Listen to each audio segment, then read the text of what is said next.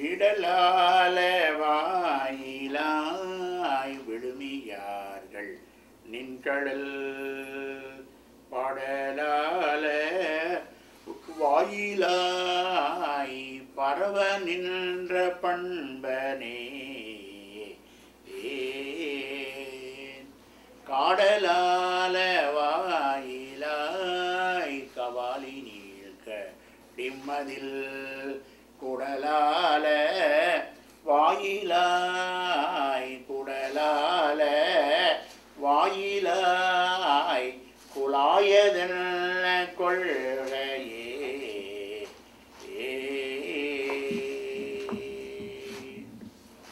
அழக நம்ம பார்வதி பதை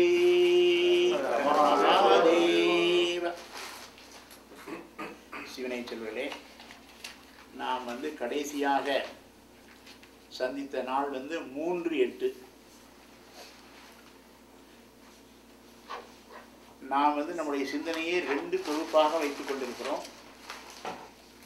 ஒன்று வகுப்பு, இன்னொன்று சொற்பொழிவு. அந்த சொற்பொழிவு என்பதுதான் நாம் வாரத்தில் 3 நாட்கள் 2 மணி நேரம் சிந்திக்கிறோம். வகுப்பு என்பது பொதுவாக சனி ஞாயிறில் நம்ம 3 மணி நேரம் சிந்திக்கிறோம். அது நம்முடைய உலக சைவ பேரவை தான் நடத்துகிறாங்க. உங்களுக்கு ஏற்கனவே தெரிஞ்ச செய்தி தான், இருந்தாலும் நான் சொல்லுகிறேன். கூடியவரை ஏன் இப்படி 2ஆக பிரிக்கிறோன்னா, வகுப்பில் நாம் கொஞ்சம் நுணுக்கமாக தெரிந்து கொள்ள வேண்டும். அந்த மூல நூல்கள் என்ன சொல்லுகிறது என்பதை படித்து அறிய வேண்டும். வகுப்பு கேட்கும்போது நீங்கள் நாளைக்கு ஒரு நூலையோ அல்லது ஒரு சூத்திரத்தையோ ஒரு செய்யுளையோ படிக்கும் பொழுது உங்களுக்கே ஒரு 50% அதுக்கு பொருள் வழங்கணும். அந்த ஒரு திறமையை ஏற்படுத்தணுங்கிறது வகுப்போட நோக்கம். ஆனால் சொற்பொழிவோட நோக்கம் அது இல்லை. சொற்பொழிவு என்பது பொதுவாக நம்ம சமயத்தை பற்றி தெரிந்து கொள்ள வேண்டும் என்பதுதான் சொற்பொழிவு. அதுவே கிளாஸ் எப்பயுமே கொஞ்சம் இன்டெப்த்தாக, ஏன் அப்படி சொல்லக்கூடாது, இப்போ ஐயா சொன்னாங்களே திருக்குறளையும் அப்படி அர்த்தம் சொல்லக்கூடாது, அது சிந்திக்கக்கூடிய ஆற்றல் அது 2. அதுக்கு என்ன வேணும்னா 2 அறிவு கட்டாயமாக இருக்க வேண்டும். எந்த மொழியில் நம்ம படிக்கிறோமோ அந்த மொழியை பற்றிய இலக்கணம் கட்டாயம் தெரியும். It may B Tamil, it may B English, it may B German, what ever may be the language. அந்த மொழியினுடைய இலக்கணம் தெளிவாக தெரிஞ்சாதான் நாம் அவர் என்ன சொல்கிறாருன்னு புரிஞ்சிக்க முடியும். இன்னொன்று தர்க்கம், எப்பயுமே லாஜிக்கலாக இந்த மாதிரி சொன்னால் என்ன குற்றம் வருது, அது நம்முடைய சிவஞான பதத்தில் நிறைய இடத்துல அது வரும். இது மாதிரி நீ விளக்கம் கொடுத்தால் இந்த கேள்விக்கு என்ன பதில் சொல்லுவ அப்படி கேட்பார். நீ சொல்கிற ரைட்டு ஏற்றுக்கிடுவோம், நீ சொல்லுவது லாவாக இருந்தால் இந்த இடத்துல ஏன் அது இப்படி வருது அப்படின்னு கேட்பார். ஆகவே 2 கண்கள், இலக்கணமும் தர்க்கமும் 2 கண்கள். அதுதான் எண்ணும் எழுத்தும் கண்ணென தரும் அப்படின்னு திருவள்ளுவர் என்னுடைய ஔவையார் சொன்னான். எண்ணும் எழுத்தும் கண்ணென தரும். எண் என்பது நியூமரல்னு அர்த்தம் பண்ணிடக்கூடாது. எண் என்பது தர்க்க சாஸ்திரம். எண் என்பதற்கு தமிழில் ஒரு அர்த்தம் என்னன்னா, தர்க்க சாஸ்திரத்துக்கு எண் என்று பெயர். தர்க்க சாஸ்திரம் படித்தவங்களுக்கு எண்ணர்னு பேர். லாஜிஷியன்ஸுக்கு தமிழில் எப்படி சொல்லலாம், எண்ணர். திருக்கோயாரில் வரும் அந்த வார்த்தை. அதாவது தர்க்கத்தை குறிக்கக்கூடிய சொற்கள். தர்க்கம் என்பது வட சொல். இந்த தர்க்கம் என்ற சொல்லுக்கு ஆங்கிலத்தில் உள்ள இணையான வார்த்தை தான் லாஜிக். ஒன்று லாஜிக், இன்னொன்று எபிஸ்டமாலஜி. எபிஸ்டமாலஜி என்று ஒரு வார்த்தை இருக்கு ஆங்கிலத்தில். அதாவது காரண காரியங்களோடு ஒரு விஷயத்தை ஆராய்ச்சி பண்ணுறது, இந்த காஸ் அண்ட் எஃபெக்ட் அப்படி பார்க்குறது. அது ரிலீஜியன்ஸுக்குள்ளே எப்பயுமே மத சம்பந்தமான ஆராய்ச்சியை பண்ணும் பொழுது லாஜிக்ங்கிற வார்த்தையை விட எபிஸ்டமாலஜிங்கிற வார்த்தை தான் ரொம்ப ஆப்ட் இங்கிலீஷில். when you go into the logic of a religion, when you go into the logic of different faiths, different thoughts, லாஜிக்ங்கிற வார்த்தையை விட எபிஸ்டமாலஜிங்கிற வார்த்தை தான் ரொம்ப பொருத்தம் இங்கிலீஷில். டாக்மா டாக்மாங்கிறது ஒரு கொள்கை, அவ்வளோதான். ஒரு கொள்கை விளக்கத்தை சொல்றதுதான் டாக்மா. அதுக்கு இணையான தமிழ் வார்த்தைகள் என்ன இருக்குது என்றால் ஏரணம். தமிழ் வார்த்தை இருக்கு. இதை சொல்லுவதற்குள்ள வார்த்தைகள் நீங்கள் கேட்டீங்களே, திருமுருகர் ஆற்றுப்படையில் எத்தனை வார்த்தை வருதுன்னு கேட்குறீங்களா? இலக்கணம் நம்முடைய தமிழ் நூல்களில் இந்த லாஜிக்கை குறிப்பதற்கு அவர்கள் பயன்படுத்திய வார்த்தை ஒன்று எண், இன்னொன்று ஏரணம். ஏரணம் 3 சொல்லி 4 போகணும். இன்னொரு வார்த்தை அளவை நூல். இந்த 3 வார்த்தை தான் தமிழ். தர்க்கம் என்பது சான்ஸ்கிரிட் வார்த்தை. நீங்கள் வரலங்கிறத ரொம்ப ஃபீல் பண்ணோம் நாங்கள். நீங்கள் தான் நிறைய கரெக்டாக அப்படி வாங்கி, அதாவது இளைஞர்கள் வாங்கும்போது தான் எங்களுக்கு சந்தோஷம். இப்போ சைவ சமயத்தினுடைய கொள்கைகளை நாம் தெளிவாக புரிந்து கொள்ள வேண்டும் என்றால் 3 கண்கள் தெளிவாக இருக்க வேண்டும். இப்போ ஒரு பொருளை பார்ப்பதற்கு 2 கண்ணையும் கரெக்ட் பண்ணணும். இப்போ ஒரு கண்ணை மூடிட்டு பார்த்தா நான் குருடு இல்லை, எனக்கு ஒரு கண்ணை மூடிக்கொண்டு பார்த்தா எனக்கு தெரியத்தான் செய்யுது, கண்ணு தெரியாமல் போயிடல. ஆனால் 2 கண்ணையும் வைத்துக்கொண்டு தெளிவாக பார்ப்பது மாதிரி தெரியுமா? வா 6 மணிக்கு வைக்கிறது கரெக்ட், பொருத்தம் சொல்லிட்டேன் பார்த்தீங்களா?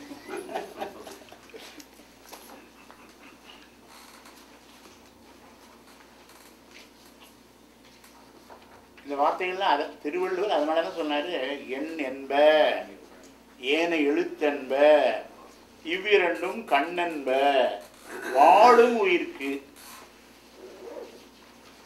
இப்போ இந்த திருக்குறளுக்கு நம்ம உரையிலன்னா என்ன எழுதியிருப்போம்? இந்த திருக்குறள் நாம உரையிலன்னா என்ன எழுதியிருப்போம்? என்னன்னா நியூமரல், எழுத்துனா ஸ்கிரிப்ட்னா அப்படி எழுதியிருப்போம். அப்படிதான் எழுதியிருப்போம். அப்படிதான் நான் கேள்விப்பட்டேன். ஆனால் பரிமையாளர் அப்படி எழுதலை. எண் என்பது தர்க்கம், எழுத்து என்பது இலக்கணம். ஆகவே ஒரு நூலை படித்து இதுதான் கன்க்ளூஷன் வர்றதுக்கு உனக்கு இந்த 2 கண்ணாடி கட்டாயமாக தேவை. ஒன்று அந்த லாங்குவேஜ் இடம் கொடுக்குமான்னு பார்க்கறதுக்கு என்ன வேணும்? இலக்கண அறிவு வேணும். அடுத்தல சொல்லக்கூடிய கான்செப்ட் சரியானு பார்க்கறதுக்கு லாஜிக் தெரியும். அப்பதான் கிராஸ் பண்ண முடியும். அதை எண் அதுதான் அவையார் சொன்னான், எண்ணும் எழுத்தும் கண்ணெனத்தகும். அவன் அவையாரும் அந்த இடத்துல தான் சொன்னான், எண்ணும் எழுத்தும் என்பது தர்க்கமும் இலக்கணமும் என்பதுதான் என்னுடைய பொருள். ஆனால் அதுபோல என்ன தெரிகிறது? ஒரு பொருளை அறிவதற்கு அந்த 2 கோணங்கள். ஒரு பொருளை பார்ப்பதற்கு 2 கண்ணையும் கரெக்ட் பண்ணணும். ஏன்னா இந்த கண்ணு -4 இருக்கலாம், இந்த கண்ணு -5 இருக்கலாம். அப்போ ஒரு ஐ டாக்டர் என்ன பண்ணுவார்? 2 கண்ணையும் கரெக்ட் பண்ணுவார். எதுக்கு? பொருள் தெளிவாக தெரியறதுக்கு. அதே போலதான் சைவ சமயத்தின் கொள்கைகளை புரிந்து கொள்வதற்கு 3 கண்கள் வேண்டும். சிவபெருமானுக்கு எப்படி 3 கண்ணு இருக்கோ அதே மாதிரி நமக்கு 3 கண்ணு வேணும்னு நான் சொல்றேன். என்ன 3 கண்ணு வேணும்? தோத்திரம், சாத்திரம், புராணங்கள். இந்த 3லும் பயிற்சி இருந்தால்தான் நம்முடைய சமயம் என்ன சொல்லுகிறது என்பதை புரிந்து கொள்ள முடியும். இல்லைன்னா ஒன்றை மட்டும் பார்த்துட்டு இதுதான் அர்த்தம்னு சொல்லுவோம். ஏன்னா மொழி எப்பொழுதுமே குறைபாடு உடையது, மறந்துக்கூட. எந்த மொழியாவனா இருக்கட்டும். நான் ஒரு விஷயத்தை நினச்சிக்கிட்டு உங்கள்கிட்ட ஒரு வார்த்தையை பேசுகிறேன்னா நான் என்ன நோக்கத்தில் அந்த வார்த்தையை பயன்படுத்துகிறேங்கிறத நீங்கள் முழுமையாக புரிய முடியாது. ஏன் அப்படின்னா லாங்குவேஜ் எப்போயுமே குறைபாடு உடையது.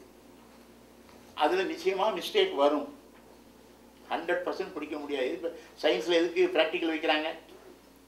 தியரி மட்டும் போதா, லேபரேட்டரிக்கு ஏன் கூப்பிட்டு போகிறாங்க?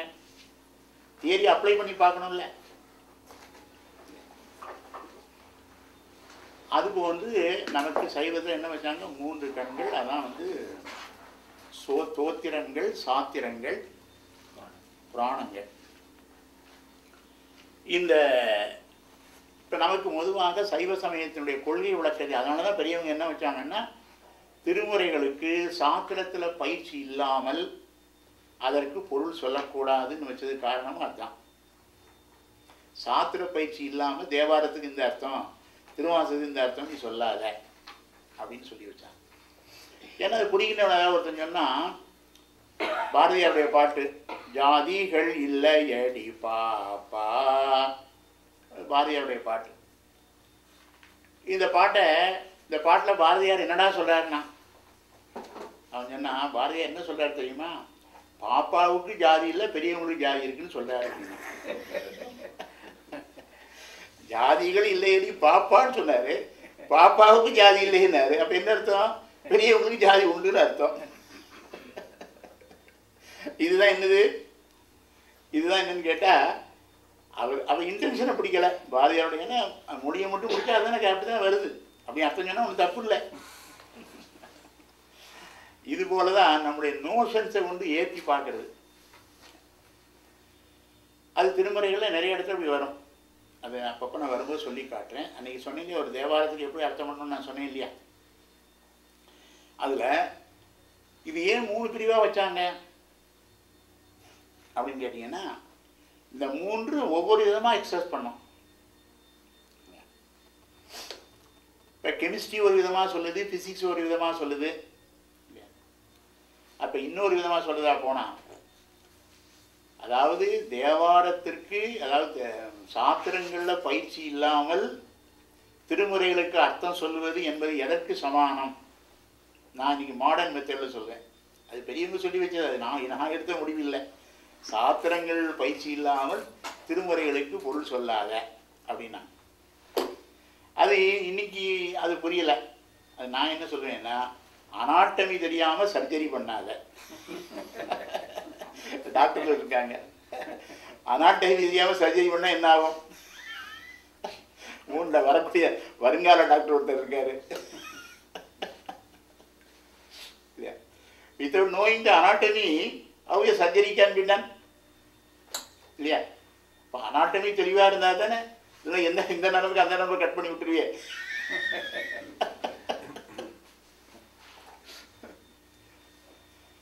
இப்போ புரியுது இல்லையா ஏன் இது படிக்காமல் செய்யக்கூடாதுங்கிறது? இதுதான் எக்ஸாம்பிள். இந்த மாதிரி இதுதான் என்னுடைய டாக்டிக்ஸு. நடைமுறை உதாரணங்கள் சொல்லும்போது நமக்கு புரியுது பாருங்க, ஏன் சொல்லக்கூடாது அப்படின்னு கேட்குறோம் இல்லையா, அதுக்கு சமானம். இப்போ சில விஷயத்தை நான் சொன்னேன்.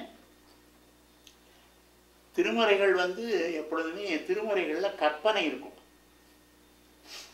அந்த ஆங்கிலத்தில் போயட்டிக்கல் எக்ஸசஸ்மா, போயட்டிக்கல் எக்ஸசஸ். அது போயம்ஸில் அலவுட். அது ஒரு கவிஞன்னு சொன்னால் கொஞ்சம் பொய்யும் சேர்த்தான் சொல்லணும், அதான் கவிஞன்.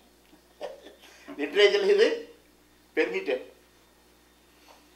அப்போ என்ன ஆகுது அப்படின்னா, தோத்திரங்களில் கற்பனை வரும், வர்ணனை வரும். அந்த வர்ணனையை போய் நேரம் நீங்கள் அப்ளை பண்ணக்கூடாது. ஆனால் சாத்திரங்களில் என்ன வராது, கற்பனை வராது, வர்ணனை வராது. அதுதான் சிவஞான போத நூலில் என்ன கிடையாது, கற்பனைக்கு இடமே கிடையாது.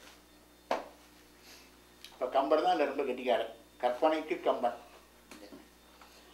அப்புறம் 2வது திருமுறைகளில் அந்த ஆகமங்களில் உபனிஷத்தில் வரக்கூடிய சொல்லாட்சி இருக்கு இல்லையா, டெக்னிக்கல் டேர்ம்ஸ், இந்த லெக்சிக்கல், ஆங்கிலம் சொன்னால் லெக்சிக்கல், கலைச்சொற்கள். அதுக்கு சான்ஸ்கிரிட்ல என்ன சொல்லுவாங்கன்னா பரிபாஷை, பரிபாஷை, பரிபாஷா. சான்ஸ்கிரிட்ல பரிபாஷா, இங்கிலீஷில் லெக்சிக்கன். தமிழில் என்ன தெரியுமா அதுக்கு?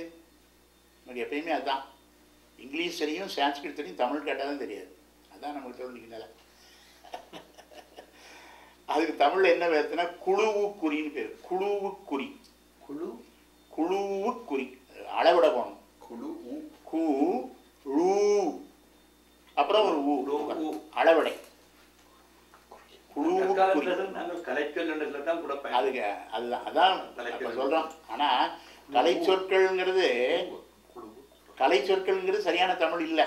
ஏன்னு கேட்டீங்கன்னா, அதுக்கு அது வட சொல் தானே, கலாங்கிற வட சொல் தானே கலைன்னு வருது. அதே சான்ஸ்கிரிட் வார்த்தை தானே. சான்ஸ்கிரிட்ல கலா, தமிழ்ல கலை, அவ்வளோதான். அப்போ அது பியூர் தமிழ் இல்லையே. நம்ம அளவடைன்னு சொல்லுவாங்க. அதாவது குழு குழுன்னு எழுதுறீங்களே, குழு, அந்த குழுவை லுவை வந்து நெடில் போடணும். குழு பக்கத்துல இன்னொரு உகரம் போடணும். 3 மாத்திரை. குழுவூர். ஒரு சொல்லை 3 மாத்திரை உச்சரிக்க வேண்டும் என்றால் அளபடை பயன்படுத்தணும். தமிழ் இலக்கணம். சொல்லு வாழ்க, இன்னொரு ஆணை போட்டிருக்காங்க. நமச்சிவா வாழ்க. தமிழ்ல அந்த கால தமிழ்ல என்ன வரும்? அதுக்கு பேரு குழுவுக்குறி. குழுவுக்குறி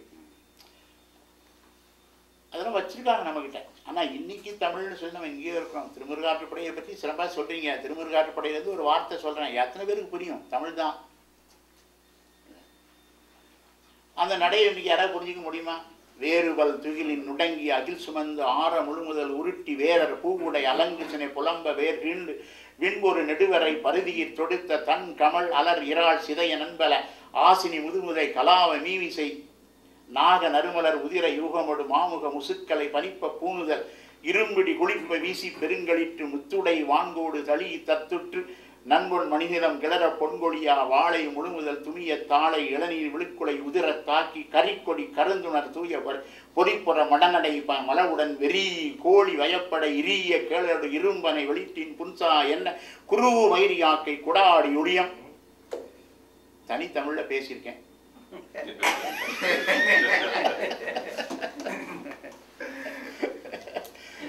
நான் பேசுறது தனித்தமிழ். பண்டை தமிழ்ல திரிசொல் இருக்கு. இயற்சொல், திரிசொல், திரைச்சொல். ஆமா, திரிசொல்லையும் கொண்டு வந்து இந்த விதமான திரிசொல்ங்கிற கான்செப்ட் வேற. பார்ப்போம். இயற்சொல், திரிசொல், திசைச்சொல், வடசொல் என ஆங்கந்தாங்கே மொழிபுணர் இயல்பே. அங்கே அந்த வார்த்தைக்கு தான் சொல்றாங்க. தமிழ் மொழியில அந்த காலையோட டாக்டர் இந்த சூத்திரத்தை நடத்தினேன். இதே சூத்திரத்தை காலையில் டாக்டருக்கு நடத்தினேன் தனியா.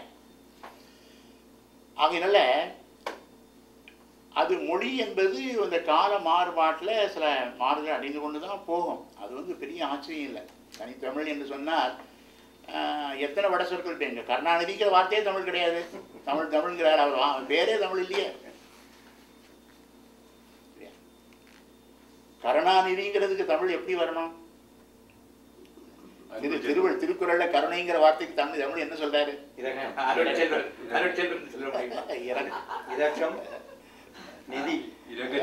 இரக்கத்தின் உறைவிடம் அர்த்தம். தமிழ்ல சொன்னா இரக்கத்தின் உறைவிடம். அது கடவுள் சிவபெருமான் சொன்ன பேரு கருணாநிதிங்கிறது.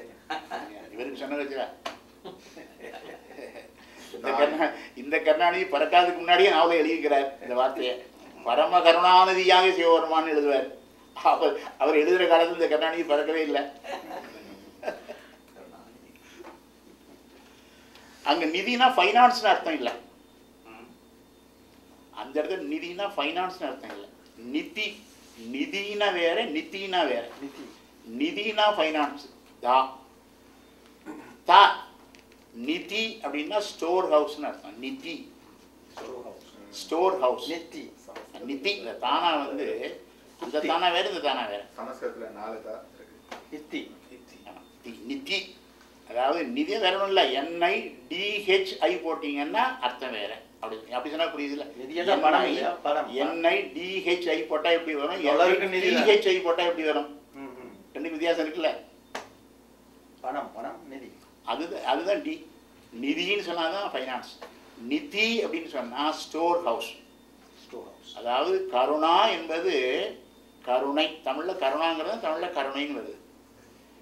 ஆனா திருவள்ளுவர் என்னென்ன கருணை வார்த்தையை பயன்படுத்தல. திருவள்ளுவர் என்ன சொன்னா இரக்கம் தான் சொன்னார். இரக்கம் அதான் தமிழ் வார்த்தை.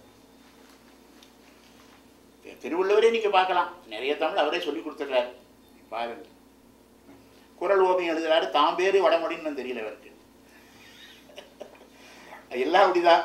அதெல்லாம் கருணாநிதி, தயாநிதி, அப்புறம் இன்னொன்று நிதி, உதயநிதி, ஸ்டாலின் அது வேற. அதனால அவங்க எல்லாமே நிதி தான் முக்கியம்னு அப்பயே கண்டுபிடிச்சிட்டாங்க. சரி, அது பக்கம் இருக்கட்டும். அப்போ இதுல வந்து என்ன வராது? சாத்திரங்கள்ல கற்பனை வராது. Like science. நகைச்சுவை வராது. சயின்ஸில் நகைச்சுவை வருமா? when you read mathematics நகைச்சுவை வருமா? ஷேக்ஸ்பியர் படித்தா நகைச்சுவை வரும் இல்லையா? இங்கிலீஷ் போயம்ஸ் படித்தா வரும். தமிழில் கம்பர் இளங்கோ படித்தா நகைச்சுவை வரும் இல்லையா? when you go to science, medical சயின்ஸில் நகைச்சுவைக்கு வேலை உண்டா? மேத்தமெட்டிக்ஸ் நகைச்சுவைக்கு வேலை உண்டா? வேதிங்க சொல் a plus b whole square is equal to a square plus 2ab plus b square சொல்ல முடியுமா?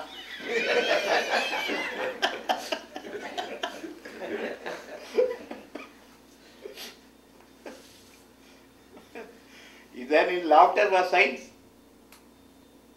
அதான் because they are science. சிவஞான போதம் எக்ஸெட்ரா ஆர் சயின்ஸ். அங்கே என்ன கிடையாது? நகைச்சுவைக்கு வேலை கிடையாது, கற்பனைக்கு வேலை கிடையாது.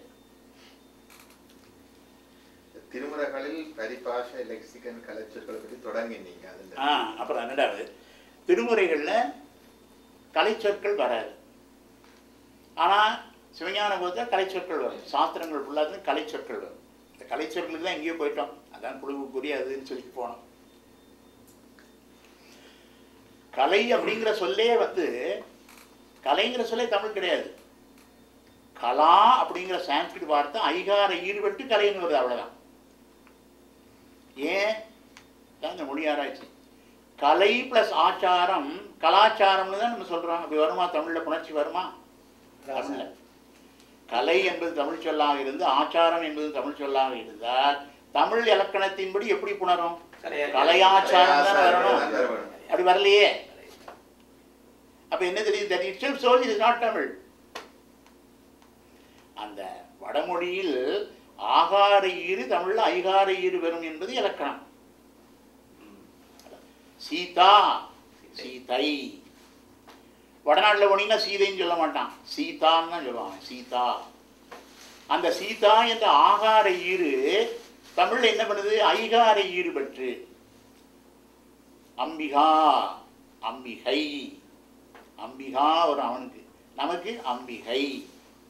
சீதா சீதை. அதே கலா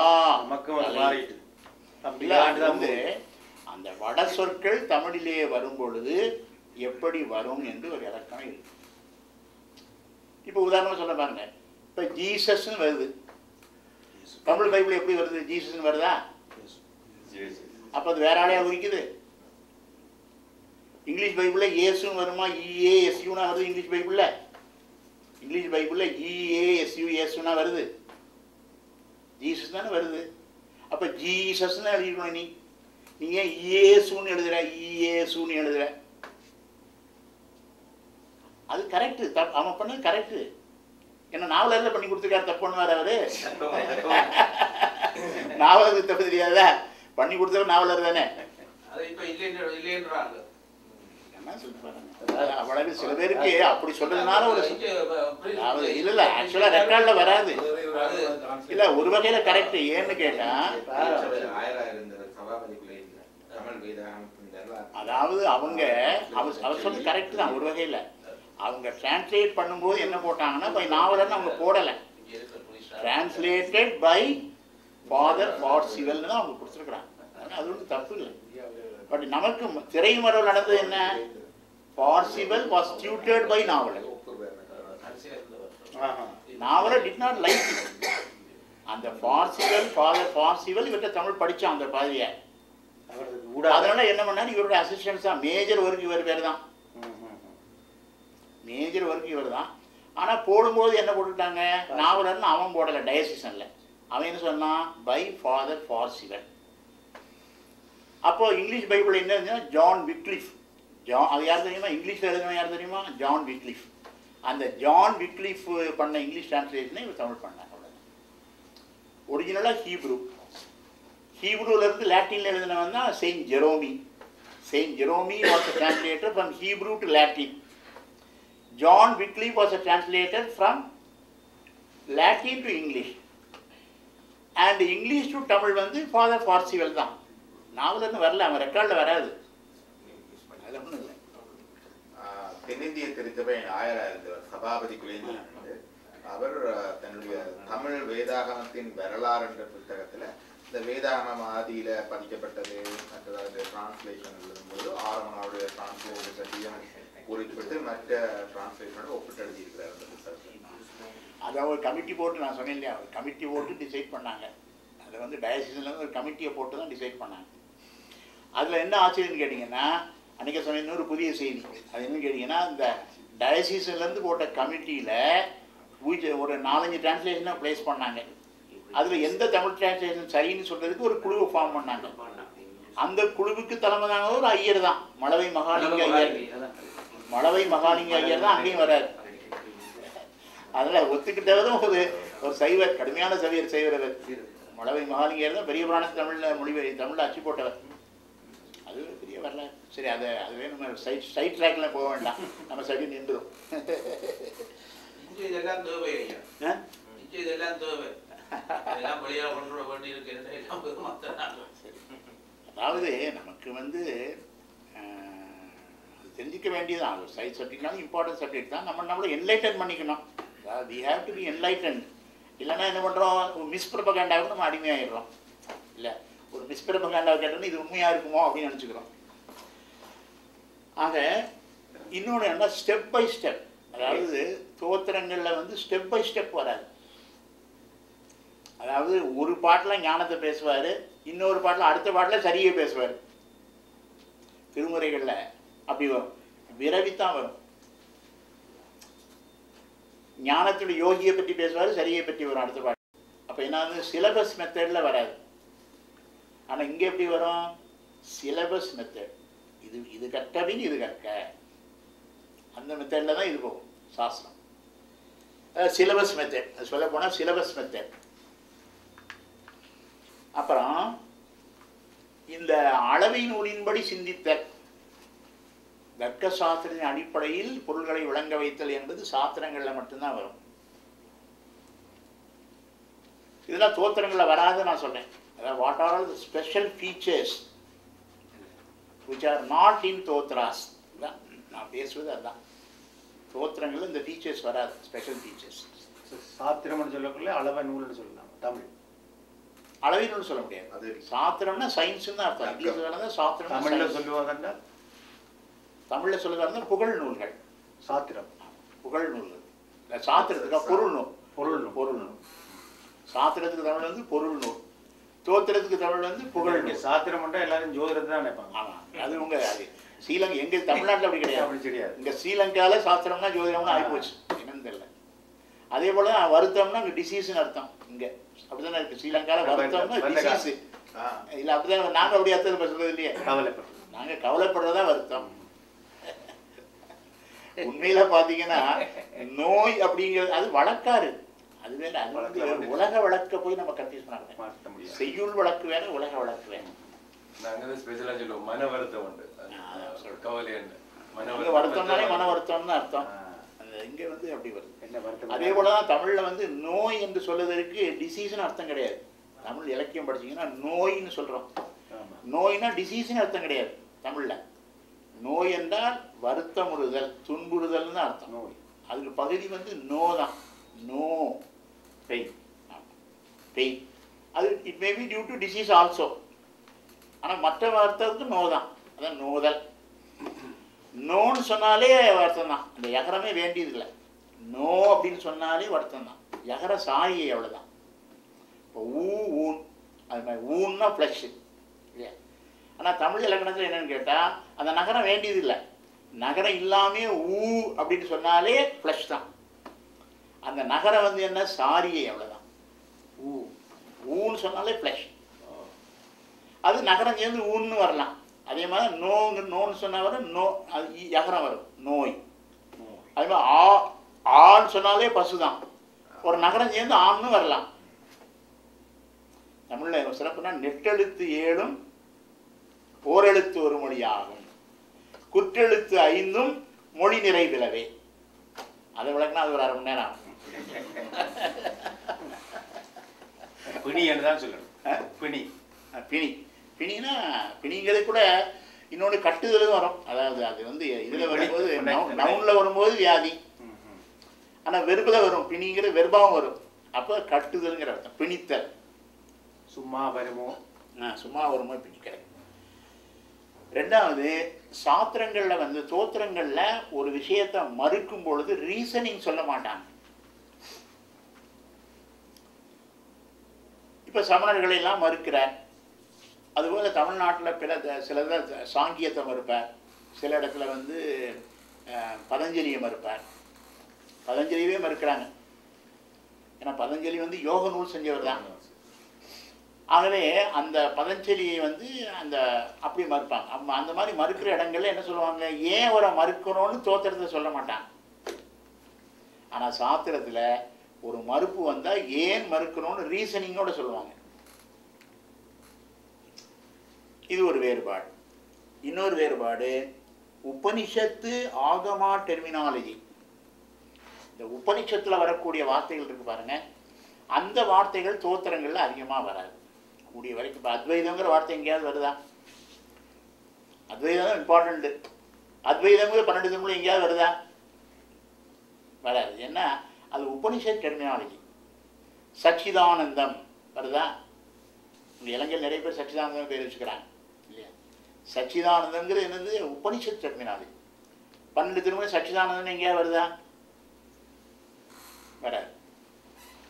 ஆனால் எங்கே வருது? அங்கே வரும், சாத்திரங்களில் வரும். ஆகவே ஆகமம் அந்த உபனிஷத்தில் வரக்கூடிய டெர்மினாலஜி இருக்கு இல்லையா, அந்த டெர்மினாலஜியை எங்கே வரும்? சாத்திரங்களில் வரும், தோத்திரங்களில் வராது. இதெல்லாம் ஸ்பெஷல் ஃபீச்சர்ஸ், ரொம்ப முக்கியம் அது நான் சொல்கிறதுக்கு. ஏன்னா ஏன் இப்படி 2 ஆஸ்பெக்டாக வைக்கணும் ஒரு கேள்வி வருதுல்ல. சாத்திரம் ஏன் பிரிக்கிறீங்க, இதை ஏன் பிரிக்கிறீங்கன்னு ஒருத்தன் கேட்பான். என்னையா சாத்திரம் தோத்திரம் இதெல்லாம் எதுக்கு அப்படின்னு கேட்பாங்கல்ல. அதுக்கு தான் சொல்கிறேன், இதனுடைய ரோல் வேறு, அதனுடைய ரோல் வேறு. அப்புறம் தமிழில் வந்து அப்ளைட் கிராமர், தமிழ் இலக்கணம் படிச்சிருக்கலாம், அந்த இலக்கணத்தை வந்து அப்ளை பண்ணி காமிப்பாங்க. இப்படி ஏன் வருது, இந்த ஏன் பொருள் சொல்லக்கூடாது,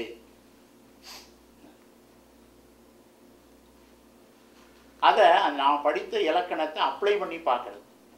இப்போ உதாரணமாக எடுத்துக்கொண்டா ஒரு சோத்திரத்தை சொல்கிறேன். உலகலாம் உணர்ந்து ஓதற்கரியவன், நிலவுலாவிய நீர்மலி வேணியன், அழகில் சோதியன் அம்பலத்தாடுவா, மலர் சிலம்படி. இப்போ எல்லாரும் என்ன எழுதிட்டு இருக்காங்க? மலர் சிலம்படினா மலர் போன்ற சிலம்படின்னு எழுதிட்டு இருக்காங்க. அது தப்பு. நீங்கள் கூட இதில் அப்படி தான் எழுதியிருக்கீங்க. ஒரு நாள் வளர்க்கணும்னு நினச்சேன். ஏன் மலர் போன்ற சிலம்படின்னு சொல்லக்கூடாது? அதான் கூட, அதுதான் இலக்கணம் படிக்கணும். மலர் போன்ற சிலம்படின்னு சொன்னால் என்ன? மலர் போன்ற சிலம்படின்னு சொன்னால் ஓமை தொகை ஆகிடும். அது ஓமை தொகை. ஓமை தொகை வந்தால் வல்லினம் மிக்கு ஒலிக்கணும், மலர் சிலம்படின்னு தான் வரணும். சகரவிட்டு வரல. அப்போ அது வினைத்தொகையாக தான் வந்திருக்கு. ஆமாம், உலகெல்லாம் மலர் சிலம்படி. அந்த பெரிய புராணத்தில் அந்த ஒரு பாட்டுக்கு மட்டும் 40 பக்கம் எழுதியிருக்கிறாரு உரை. யாரு? யாழ்ப்பாணம் வடகோவை சபாபதி நாவலர். வடகோவை சபாபதி நாவலர் என்ன அப்படியேப்பா, நாவலருக்கு இணையான நாவலர் மாதிரியே தான், அவரும் பெரிய அறிவாளி தான். ஆனால் நாவலர் இந்த 2 பேரும் நாவலர் ஆதீனம் தான் கொடுத்துச்சு.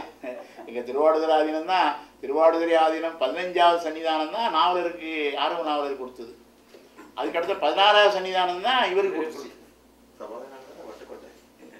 வடகோவை வடகோவை சபாபதி நாவலர் தான் போடுவார்.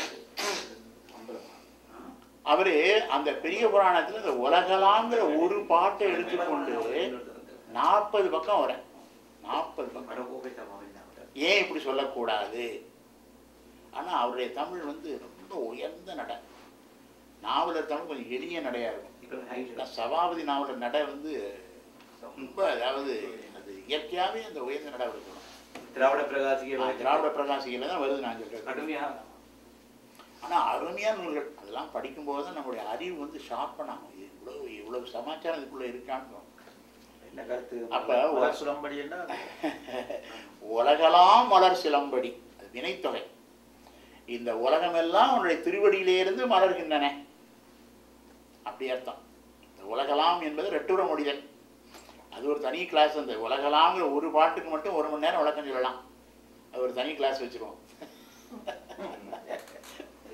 எப்படி சைவ சித்தாந்தம் அதுக்குள்ளே வருது? ஏன்னா நடராஜரே அடியெடுத்து கொடுத்தது இல்லை, சாதாரண விஷயம் இல்லையே. உலகலாங்கிறது நடராஜரே அடியெடுத்து கொடுத்த பாட்டு இல்லை. இப்போ கடவுளுடைய இன்டெலிஜென்ஸ் அதுக்குள்ளே இருக்குது. அதுபோல் என்ன பண்ணுறாங்க, இது அப்ளைடு கிராமர். இப்போ சிவஞான போதத்தில் அவை அப்படிங்கிற ஒரு வார்த்தை முதல் சூத்திரத்துலையும் வருது, ரெண்டாவது சூத்திரத்துலையும் வருது. ஆனால் முதல் சூத்திரத்தில் வரக்கூடிய அவை என்ற வார்த்தையினாலே சுட்டப்படுகின்ற பொருள் வேற, ரெண்டாம் சூத்திரத்தில் அவை என்ற சொல்லினாலே சுட்டப்படுகின்ற பொருள் வேற. ரெண்டும் ஒரே வார்த்தை தான், அவை. ஆனால் அது காரண காரியங்களோடு ஏன் அந்த அவை ரெண்டும் ஒரே பொருளை குறிக்கவில்லை? இதுதான் அப்ளைட் கிராமர். ஒரே வார்த்தை தானே, இங்கே அவை அங்கே அவை. அப்போ அவை என்ற ஒன்றுக்கு ஒன்றாம் சூத்திரத்தில் அந்த அவை என்ற சுட்டு பெயரினாலே குறிக்கப்படுகின்ற பொருள் வேற, ரெண்டாம் சூத்திரத்தில் சொல்லப்படுகின்றது வேற. அதை நம்ம பார்த்து அதை ரிசர்ச் பண்ணி முடிவு பெறணும் இல்லையா? This is call applied grammar.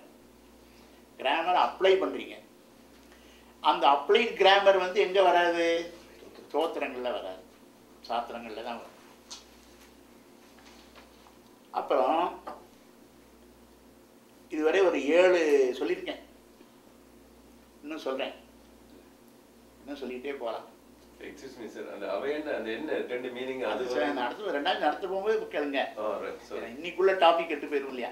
அதாவது எப்பயுமே நம்ம அதுக்கு டாபிக் போடுறோம். ஏன்னா நாங்கள் ஒவ்வொரு கேசட்டுக்கும் வந்து ஒரு தலைப்பு கொடுத்து வெளியிட போகிறோம். அப்போ அந்த சப்ஜெக்ட் தானே வரணும், சைட் ட்ராக் ஆகிடும் இல்லையா? இப்போ இது இல்லைன்னா இப்போ சொல்லிடலாம், இது இருக்கே வீடியோ. அப்போ இன்றைக்கு தலைப்பு என்ன அப்படின்னா கதம்பம்னு போடணும் ஒரு தலைப்பு, இல்லை மிசலேனியஸ்ன்னு போடணும். ரெண்டாவது சினானிம்ஸ், அதாவது ஒரு பொருளை குறிப்பதற்கு பல சொற்கள் இருக்கும். அப்போ ஒரு பொருளை குறிப்பதற்கு இதுக்கு பல சொற்கள் வேணும் அப்படின்னு ஒரு கேள்வி வரும். ஆனால் அந்த பல சொற்கள் வந்து அந்த பொருளில் வந்து ஒரே, பெரும்பாலாக பார்க்கும் பொழுது ஒரே பொருளை குறித்தாலும் கூட நுணுக்கமான வேறுபாடு இருக்கு. அது சாத்திரத்தில் தான் வரும். இப்போ உதாரணமாக ஆன்மா, உயிர், பசு, புருடன் எல்லாம் உயிரை தான் குறிக்குது. உயிரை குறிக்கிறதுக்கு ஒரு வார்த்தை வச்சா போதுமே சார், ஏன் இத்தனை வார்த்தையை வச்சு உயிரை எடுக்கிறீங்க?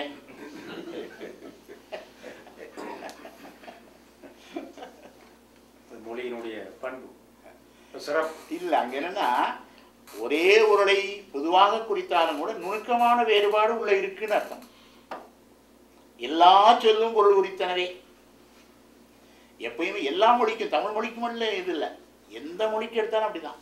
எல்லா மொழிக்கும் ஒரே பொருளை குறிப்பதற்கு பல சொற்கள் இருந்தாலும் அங்கே நுணுக்கமான வேறுபாடு இருக்குன்னு அர்த்தம். ஈட்டிங்னாலும் சாப்பிட்றதான், டைனிங்னாலும் சாப்பிட்றது தான். இப்போ சாப்பிட்றதுக்கு ஒரு வார்த்தை வச்சா போதுமே, இது ஈட்டிங் டேபிள்னு சொல்லலாமே, ஏன் டைனிங் டேபிள்னு சொல்லணும்?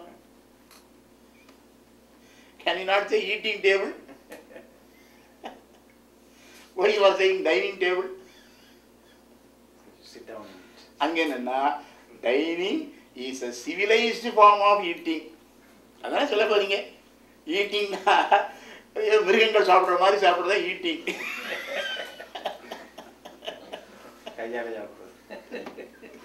இப்போ dining is a civilized form of eating. அப்போ என்ன அங்கே வேறுபாடு வந்துச்சு பார்த்தீங்களா? அன்றைக்கி நான் ஒன்று சொன்னேன், what is the difference between marriage and wedding? நீ சொல்லுங்க. மேரேஜ்னா என்ன, வெட்டிங்னா என்ன? ரெண்டும் கல்யாணம் தான்.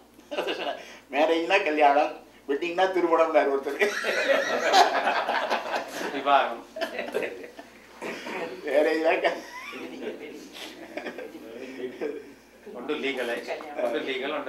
இல்லை, அதாவது அங்கே என்னன்னு கேட்டால், அதாவது two spouses becoming husband and wife by law is marriage. Two spouses becoming husband and wife through religious ceremony is wedding. சரிங்களா? இப்போ நுணுக்கம் அதுக்குள்ளே இருக்கு.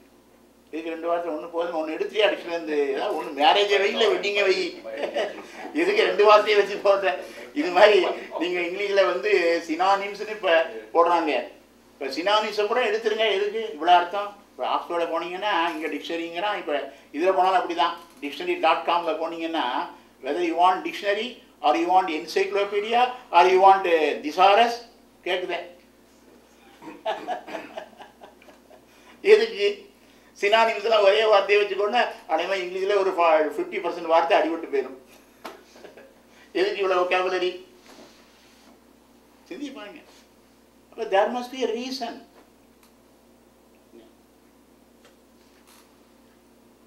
அப்போ அதுக்கெல்லாம் வேறுபாடு இருக்கு, நான் சொல்ல போகிறேன். இப்போ உயிர், பிராணன், இன்னொன்று ஆவி. ஆவின்னு ஒரு வார்த்தை அது பயன்படுத்த. ஆவி, உயிர், பிராணன், புருடன், பசு, ஆன்மா, இத்தனை வார்த்தை இருக்கு தெரியுமா? சினானிம்ஸ். சினானிம்ஸ்னா தமிழில் ஒரு பொருட்பன்மொழி. தமிழ் இலக்கணத்தில் அதுக்கு பேர் ஒரு பொருட்பன்மொழி. நான் சினானிம்ஸுக்கு சரியான தமிழ். ஒரு பொருளை குறித்து வருகின்ற பல சொற்கள்.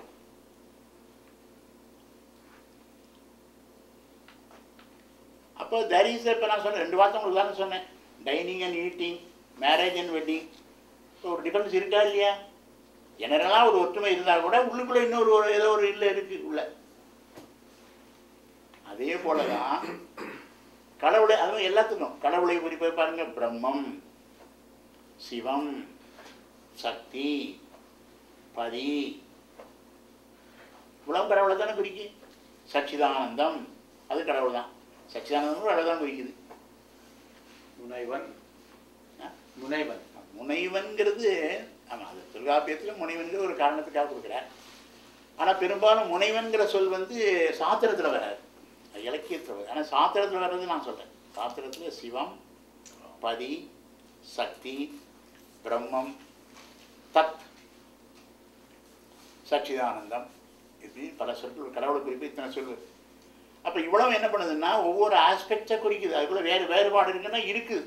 வேறுபாடு இல்லைன்னா இதுக்கு இத்தனை வார்த்தை வேணும் இல்லையா? வேறுபாடு இருக்கிறது, நுணுக்கமான வேறுபாடு இருக்கின்றன. அப்போது இந்த நுணுக்கமான வேறுபாடுகளை சாத்திரத்தில் தான் தெரிந்து கொள்ள முடியும், தோத்திரத்தில் தெரிந்து கொள்ள முடியாது. அடுத்தால சமயத்தினுடைய கொள்கை விளக்கம்னு ஒன்று இருக்கேன்.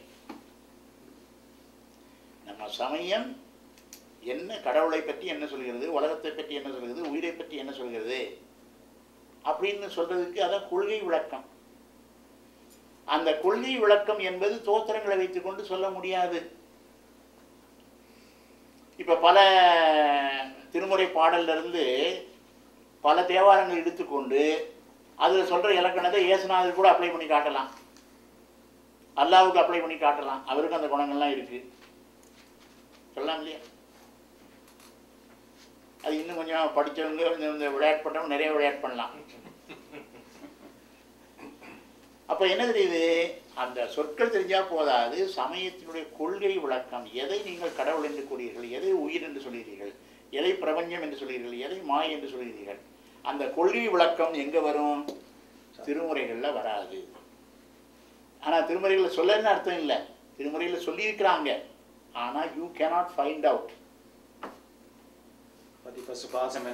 அதில் unless and until you have your mastery over the Shastras, you cannot interpret the Shastra, the Tirumurai correctly.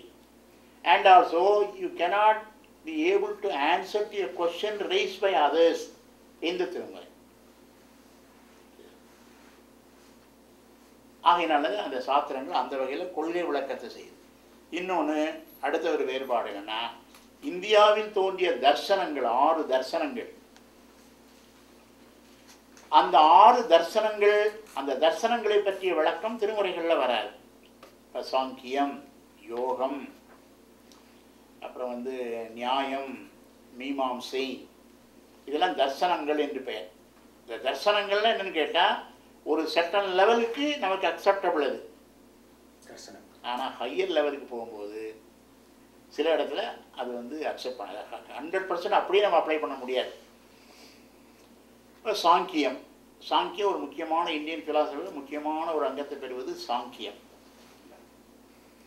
அது ஒன்றுக்கும் இந்த 6 தர்சனங்கள்ங்கிறது ஒரு இந்திய நாட்டில் அது ஒரு சமயங்கள் வேற, தர்சனங்கள் வேற. சமயங்கள் வேற, தர்சனங்கள் சொல்லலாம். அதாவது சில concepts based on scientific basis, taking the Vedas as authority அப்படிப்பட்டது தான் தர்சனங்கள். விஷுவலைசேஷன். ஆனால் விஷுவலைஸ்ன்னு அதை சில சயின்டிஃபிக் புட்டிங்கும் இருக்கும். இப்போ சாங்கியமெல்லாம் இதுக்காக சயின்டிஃபிக் புட்டிங் அவசியம். சர்க்காரியவாதம் சாங்கியம். ஆமாம், சர்க்காரியவாதம் என்று சொல்லி சாங்கியம் தானே. சாங்கியம். சத்காரியவாதம் அதை பற்றி ஒரு நாள் நான் வந்து சொல்லணும். சத்காரியவாதம் என்பது முக்கியமான ஒன்று. இதில் சத்காரியவாதத்தின் அடிப்படையிலே தான் உதாரணமாக சொல்லப்போனால் வாதங்களை முன்வைக்கும் பொழுது, வாதங்கள், அந்த வாதங்களை முன்வைக்கும் பொழுது சைவ சித்தாந்தம் எந்த வாதத்தை அடிப்படையாக வைத்துக்கொண்டு முன்னே வைக்கிறது என்று கேட்டால் அந்த சாங்கியம் சொன்ன சர்க்காரியவாதம். சர்க்காரியவாதத்தை சொன்னவன் யாருன்னு கேள்வி வருங்களா? அடுத்தால யார் சொன்னா சர்க்காரியவாதம்? சர்க்காரியவாதம் வந்து கபில முனிவர். அந்த கபில முனிவர் தன்னுடைய அவங்களும் அவர் ஹைலி இன்டெலிஜென்ட், அதில் ஒன்றும் சந்தேகம் இல்லை. அந்த கபில முனிவர் ஒரு நூல் செஞ்சால் அந்த நூலுக்கு பேர் தான் சாங்கியம். அந்த சாங்கியத்தில் இந்த சர்க்காரியவாதத்தின்படி தான் நீ வந்து ஆராய்ச்சி பண்ணாதான் ரிசல்ட் சரியாக வரும்னு சொல்லியிருக்கிற. ஆகவே அந்த அந்த இதை பொறுத்த வரைக்கும் சாங்கிய முனிவர் சொன்னது சரி. ஆகவே அதை எடுத்துக்கொண்டு சர்க்காரியவாதம் என்று நாம். அவர் என்ன சமயம்? அவர் வந்து அவருடைய சமயத்தை பற்றி அதிகமான வரலாறு இங்கே வரல. அவர் முனிவர். முனிவர் என்று சொன்னாலே என்ன அர்த்தம் கேட்டால், முனிவர்கள் என்று சொன்னால் முனிவர்கள், இன்னொரு வார்த்தை ரிஷிகள். அவங்கள ரிஷிகளில் வர்றாங்க. ரிஷிகளுக்கு நம்ம ஒரு மரியாதை கொடுப்போம். ரிஷிகளுக்கு அந்த ரிஷிகளுக்கு ஒரு பவர் உண்டு. ஆனால் அந்த ரிஷிகள் சொல்லுவதே நமக்கு வந்து ஞானம் ஆகிவிடாது. அதான் சைவம் என்ன சொல்லுதுன்னா, ரிஷிகள் ஒரு உயர்நிலையில் உள்ளவங்க. ஆனால் ரிஷிகள் சொன்னதெல்லாம் நமக்கு என்ன கிடையாது, கடவுளுடைய ஆணைன்னு நம்ம எடுத்துக்க முடியாது. ஏன்னா அந்த இன்டர்பிரட்டேஷன்கிறது இருக்கு. அவர்களுக்கு ரிஷிகள்னா என்ன அர்த்தம்? அந்த வேதத்தை வந்து தங்களுடைய தவோ வலிமையினாலே அந்த காஸ்மிக் சவுண்டை வந்து டீசைஃபர் பண்ணி பார்க்கக்கூடிய ஆற்றல் அவங்களுக்கு உண்டு. ரிஷிங்கிற வார்த்தைக்கு என்ன அர்த்தம்னு கேட்டீங்கன்னா, one who is capable of deciphering the cosmic sound. அதான் ரிஷிங்கிற வார்த்தை. One who is capable of deciphering the cosmic potential, the sound potential. அது ஒரு பெரிய அவங்களுக்கு கிடைச்ச ஒரு வரப்பிரசாதம். அவங்க செய்த தவத்தின் அது எல்லா திறமையும் எப்படி ஒரு சிவபெருமான் தான் கொடுக்குறார். அவங்க பூர்வ ஜென்மத்தில் தவத்துக்கு தந்தாலும் கொடுக்குறார். ஒருத்தருக்கு நல்ல குரல் வகை இருக்கு, நல்லா பாடுறார். இன்னொருத்தருக்கு நல்ல உடல் வாகு இருக்கு, நல்லா ஆடுறார். அதெல்லாம் இறைவன் கொடுத்தது தானே. அப்போ நல்லா ஆடுறாருங்கிறதுக்காண்டி நடராஜர் நடனக்கலைக்கு அவர் தான் ஆசையர். நல்லா ஆடுறாருங்கிறதுக்காண்டி சிவஞான போதுக்கு அவர் சொல்கிற அதை ஏற்றுக்க முடியுமா? Is the best dancer. நல்லா டான்ஸ் ஆடுறதுக்காண்டி சிவஞான போதுக்கு அவர் சொல்கிற அர்த்தத்தை எடுத்துக்க முடியுமா நம்ம? அது ஒரு திறன். இப்போ திருக்குறளை 1330 குறளையும் ஒரு பிள்ளை ஒப்பிக்குது. 11 வயசு பிள்ளை ஒப்பிக்குது. எங்கள் நாட்டில் இருந்து ஒரு பிள்ளை 1330 குறளையும் அப்படியே ஒப்பிக்கும். பின்னாடி இது கேட்டாலும் சொல்லும், முன்னாடி இது கேட்டாலும் சொல்லும். அது ஒரு திறமை தான். அந்த திறமை இந்த பிள்ளைக்கு இருக்கு. அதுக்காக வேண்டி திருக்குறளுக்கு அது சொல்கிற அர்த்தத்தை நம்ம ஏற்றுக்க முடியுமா? இது மாதிரி தான். அதே போல தான் ரிஷிகளுக்கு ஒரு ஸ்டாண்டர்ட் கொடுக்குறோம் நம்ம.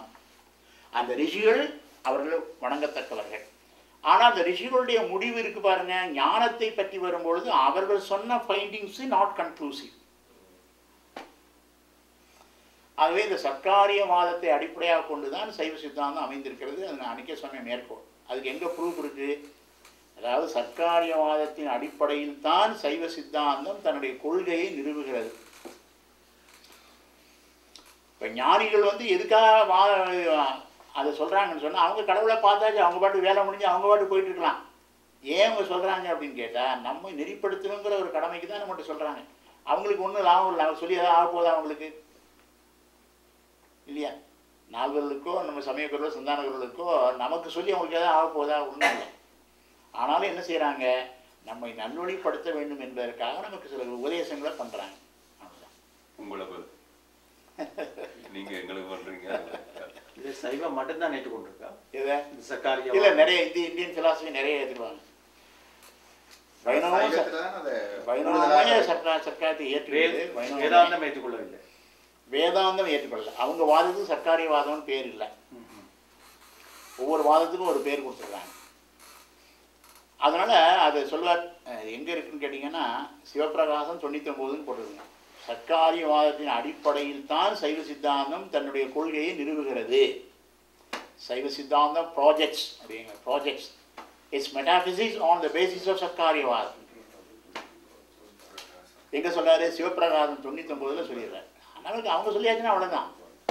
தாவில் சர்க்காரியத்தாய் மலை வரும் உணர்வால். சிவப்பிரகாசத்தில் அருமையான இடம். நான் இதுவரை சொன்ன சைவ சித்தாந்தம் என்ன என்று உனக்கு புரிகிறதான்னு கேட்குறேன். சிவப்பிரகாசம் நூல் ஆரம்பிக்கும் போது 7வது பாட்டில் என்ன சொல்கிறாரு? நான் சொல்ல போகிற சைவ சித்தாந்தம் என்ன என்பதை முதல்ல தெரிந்து கொள் அப்படிங்கிறார் 7வது பாட்டில். அப்புறம் எல்லாம் சொல்லிட்டு கடைசியில் முடிக்கும்போது 99வது பாட்டில் என்ன சொன்னார்? நான் இதுவரை சொன்ன சைவ சித்தாந்தம் என்னன்னு உனக்கு புரியுதா அப்படின்னு கேட்குறேன்.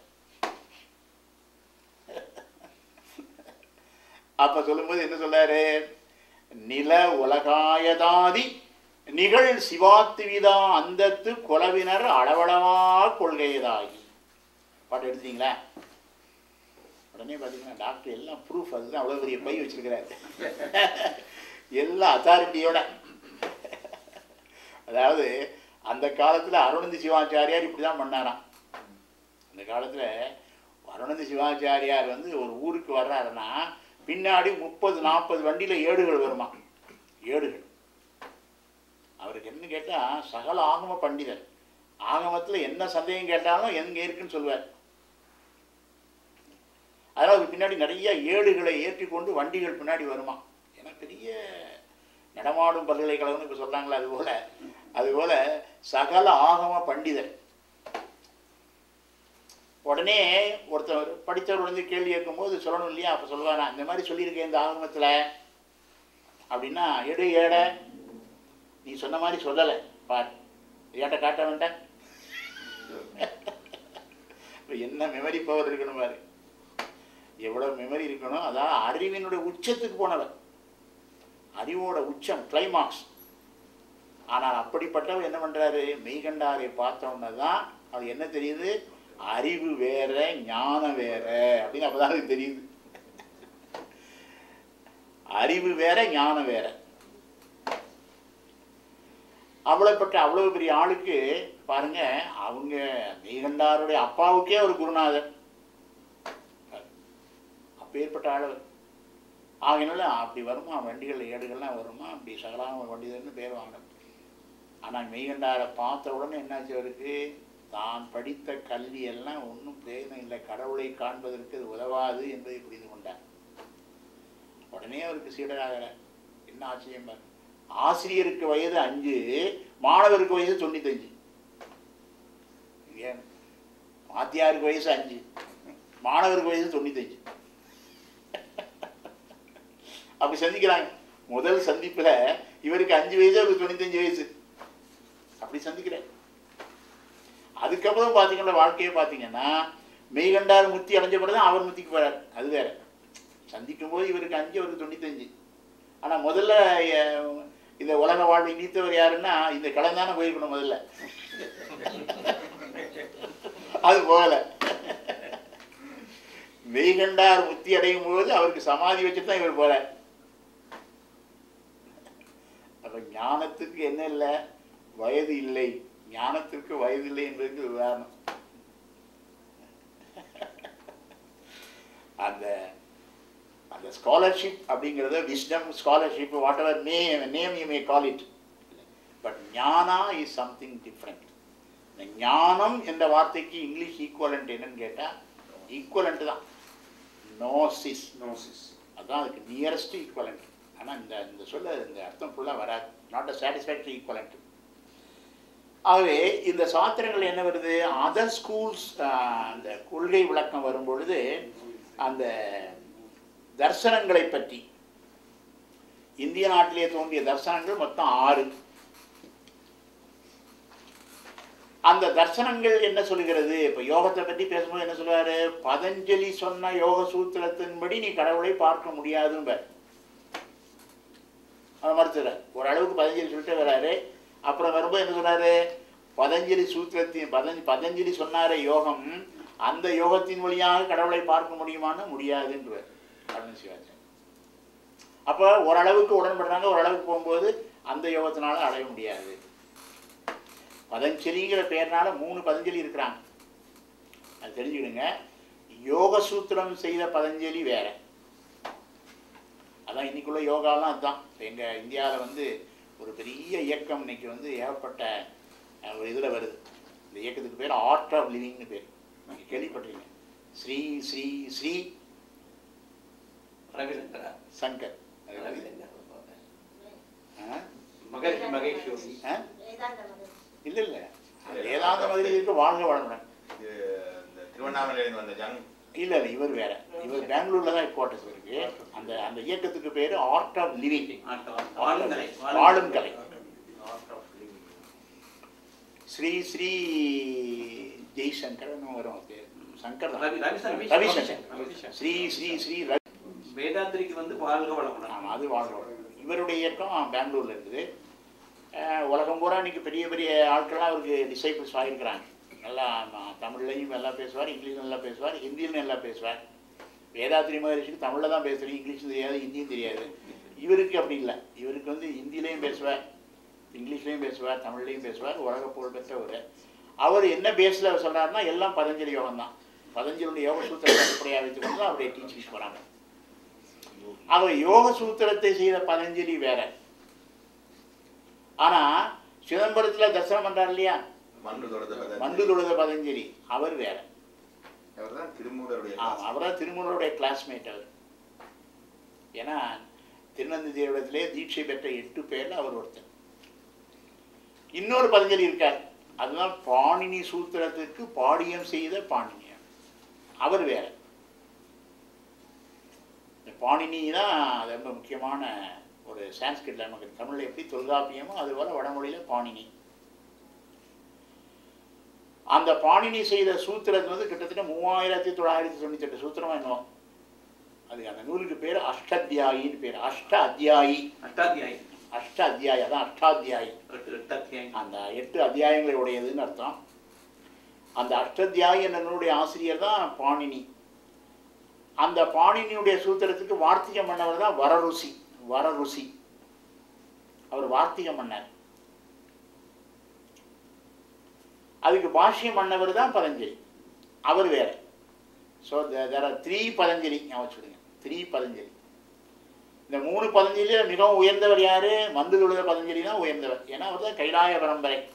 நமக்கு எப்பயுமே கைலாய பரம்பரை தான் நமக்கு முக்கியம். திருநந்தி தேவடத்திலே சிவதீட்சை பெற்றுக்கொண்டது சாதாரண விஷயம் இல்லையா.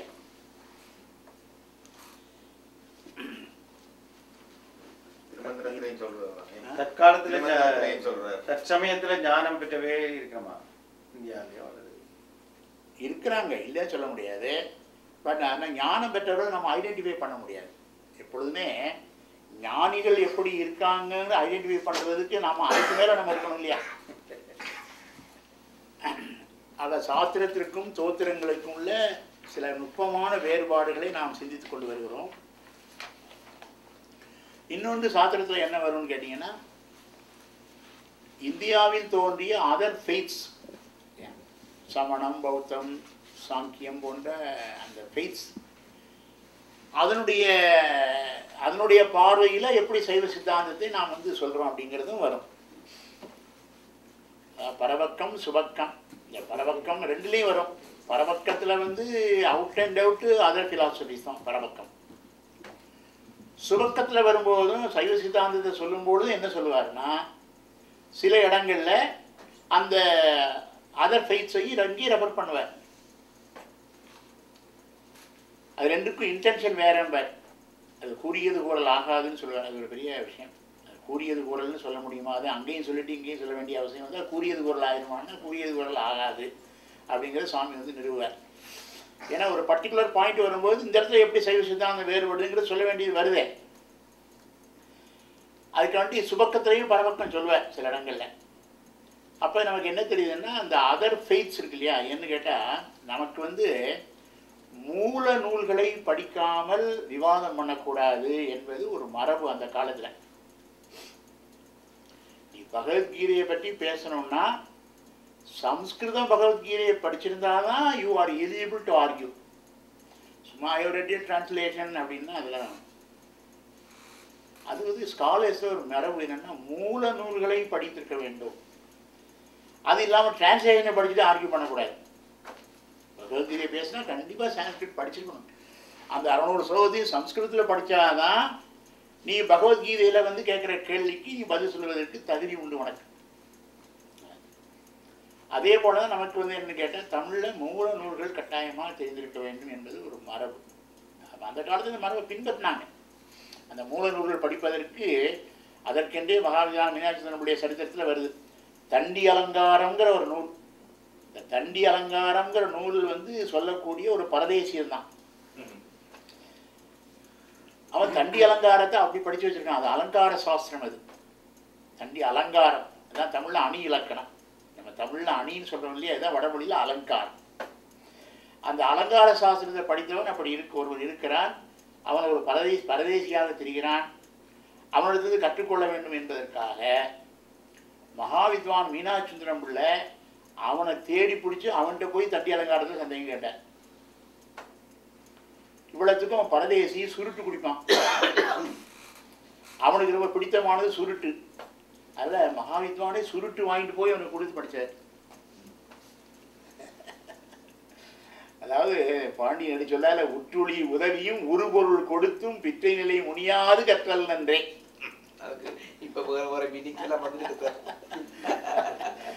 அது மாதிரி ஒரு வல்லமை. அது வந்து என்ன கேட்டால் ஒரு அந்த நூலில் அவன் எக்ஸ்பர்ட்டு. அதனால அவன்கிட்ட சில விஷயங்கள் தெரிஞ்சுக்கணும் அப்படிங்கிறது. ஏன்னா கேள்வியினால் வருகின்ற ஞானம் வேறு, படிக்கிறதுனால வருகின்ற ஞானம் வேறு அப்படிங்கிறது ஒரு மரபு. அது இந்த சிவஞான போதத்தில் எனக்கு இந்த சிவஞான போதம் என்ற நூலை வந்து ஏன் அவர் மெய்கண்டார் செய்ய வேண்டிய அவசியம் வந்தது, அது ஒரு முக்கியமான ஒரு செய்தி. ஏன்னா இப்போ ஞானசம்பந்தருடைய காலம், சுந்தருடைய காலம், மாணிக்கவாசருடைய காலம், இந்த நால்வர்கள் தோன்றிய பிறகு சைவ சமயமே மெய்ச்சமயம் வந்து நிறுவப்பட்டு விட்டது. ஆனால் அதற்கு பின்னாடி வேற ஒரு குழப்பம் வந்தது. அந்த குழப்பம் ஏன் வந்ததுன்னு கேட்டால், இப்போ சங்கரர், ராமானுஜர், மாத்துவர் போன்ற ஆச்சாரியர்கள் அதுக்கப்புறம் தான் வர்றாங்க. அவர்கள் தோன்றி விதவிதமான கருத்துக்கள் சொன்னதுனால என்ன வருதுன்னு கேட்டால், உண்மையிலேயே அவர்கள் சொல்லக்கூடிய இன்டர்பிரட்டேஷன்ஸ் இருக்கு இல்லையா, அது வந்து நம்ம சைவ சமயத்திற்கு ஏற்புடைத்து ஆனதா ஆகாதாங்கிற ஒரு ஒரு ஒரு பெரிய சம்பந்தர் சொல்லுவதும் சங்கரர் சொல்வதும் ஒன்று தானா. இப்போ என்ன பிரச்சனை வருதுன்னா, ஒரு விஷயத்தை சொல்லிவிட்டு அது என்னுடைய கருத்து என்று சொன்னால் பிரச்சனையே இல்லை. இவ்வாறுதான் சிவபெருமான் வேதத்தில் சொல்லியிருக்கிறார்னு சொல்லும் போதுதான் சிக்கல் வரும். அப்ப தன்னுடைய குற்றத்தை போய் சிவபெருமான் மேல போய் ஏற்றலாம். அதனால என்னாச்சுன்னா, அந்த படித்தவர்கள் மத்தியில, ஏன்னா அன்னைக்கு வந்து அறிஞர்கள் என்றால் இருமொழியிலையும் பயிற்சி உள்ளவங்க தான் அறிஞர்கள் அந்த காலத்துல. அதாவது அந்த நிலை, அதாவது மாணிக்கவாசருடைய காலம் வந்ததுக்கு அப்புறம் உள்ள நிலைமையில அந்த வடமொழி படித்தவர்கள், தமிழ் படித்தவர்கள் அப்படின்னு மிகுதியாக இருந்த காலம். அப்போ அந்த நம்முடைய வேதாகமங்களில் சொல்லக்கூடிய கருத்தை தான் இந்த நால்வர்கள் பிரதிபலிச்சாங்களா, மாத்துவர் போன்ற ஆச்சாரிய மூர்த்திகள் இவங்க வந்து பிரதிபலித்தார்களா என்று ஒரு குழப்பம் வந்தது.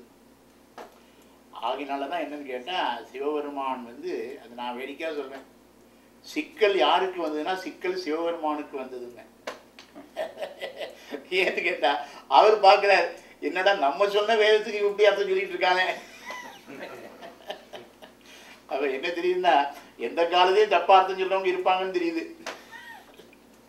ஆகவே தான் என்ன பண்ணாரு, இந்த சமயத்துக்கு எப்படி அந்த பரசமயங்களை வெல்ல வேண்டும் என்பதற்காக ஞான சம்பந்தர் அமைச்ச மாதிரி, அதே போல அந்த வேதாள மொழியில் சொன்ன கருத்து தமிழ் உலகத்தார் உய்யும் பொருட்டு அதை விளக்க வேண்டிய கட்டாயம் அவருக்கு வந்ததுனால அதற்காக ஒரு ஞான குழந்தையை அவரே செலக்ட் பண்றார்.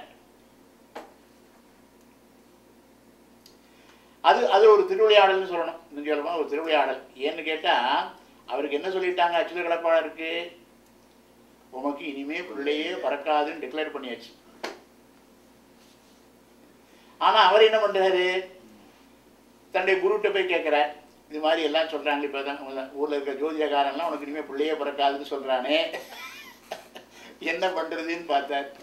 அவரை கேட்டார். அப்ப என்ன சொன்னாரு, சரி இறைவனுடைய கருத்து எவ்வாறு இருக்குன்னு பார்ப்போன்னு அந்த கயிறு சாத்தி பார்த்தார். திருமுறைகளை எடுத்து கயிறு சாத்தி பார்த்தார். கயிறு சாத்தும்போது என்ன வந்தது? திருவெண்காட்டு பதிகம் வந்தது.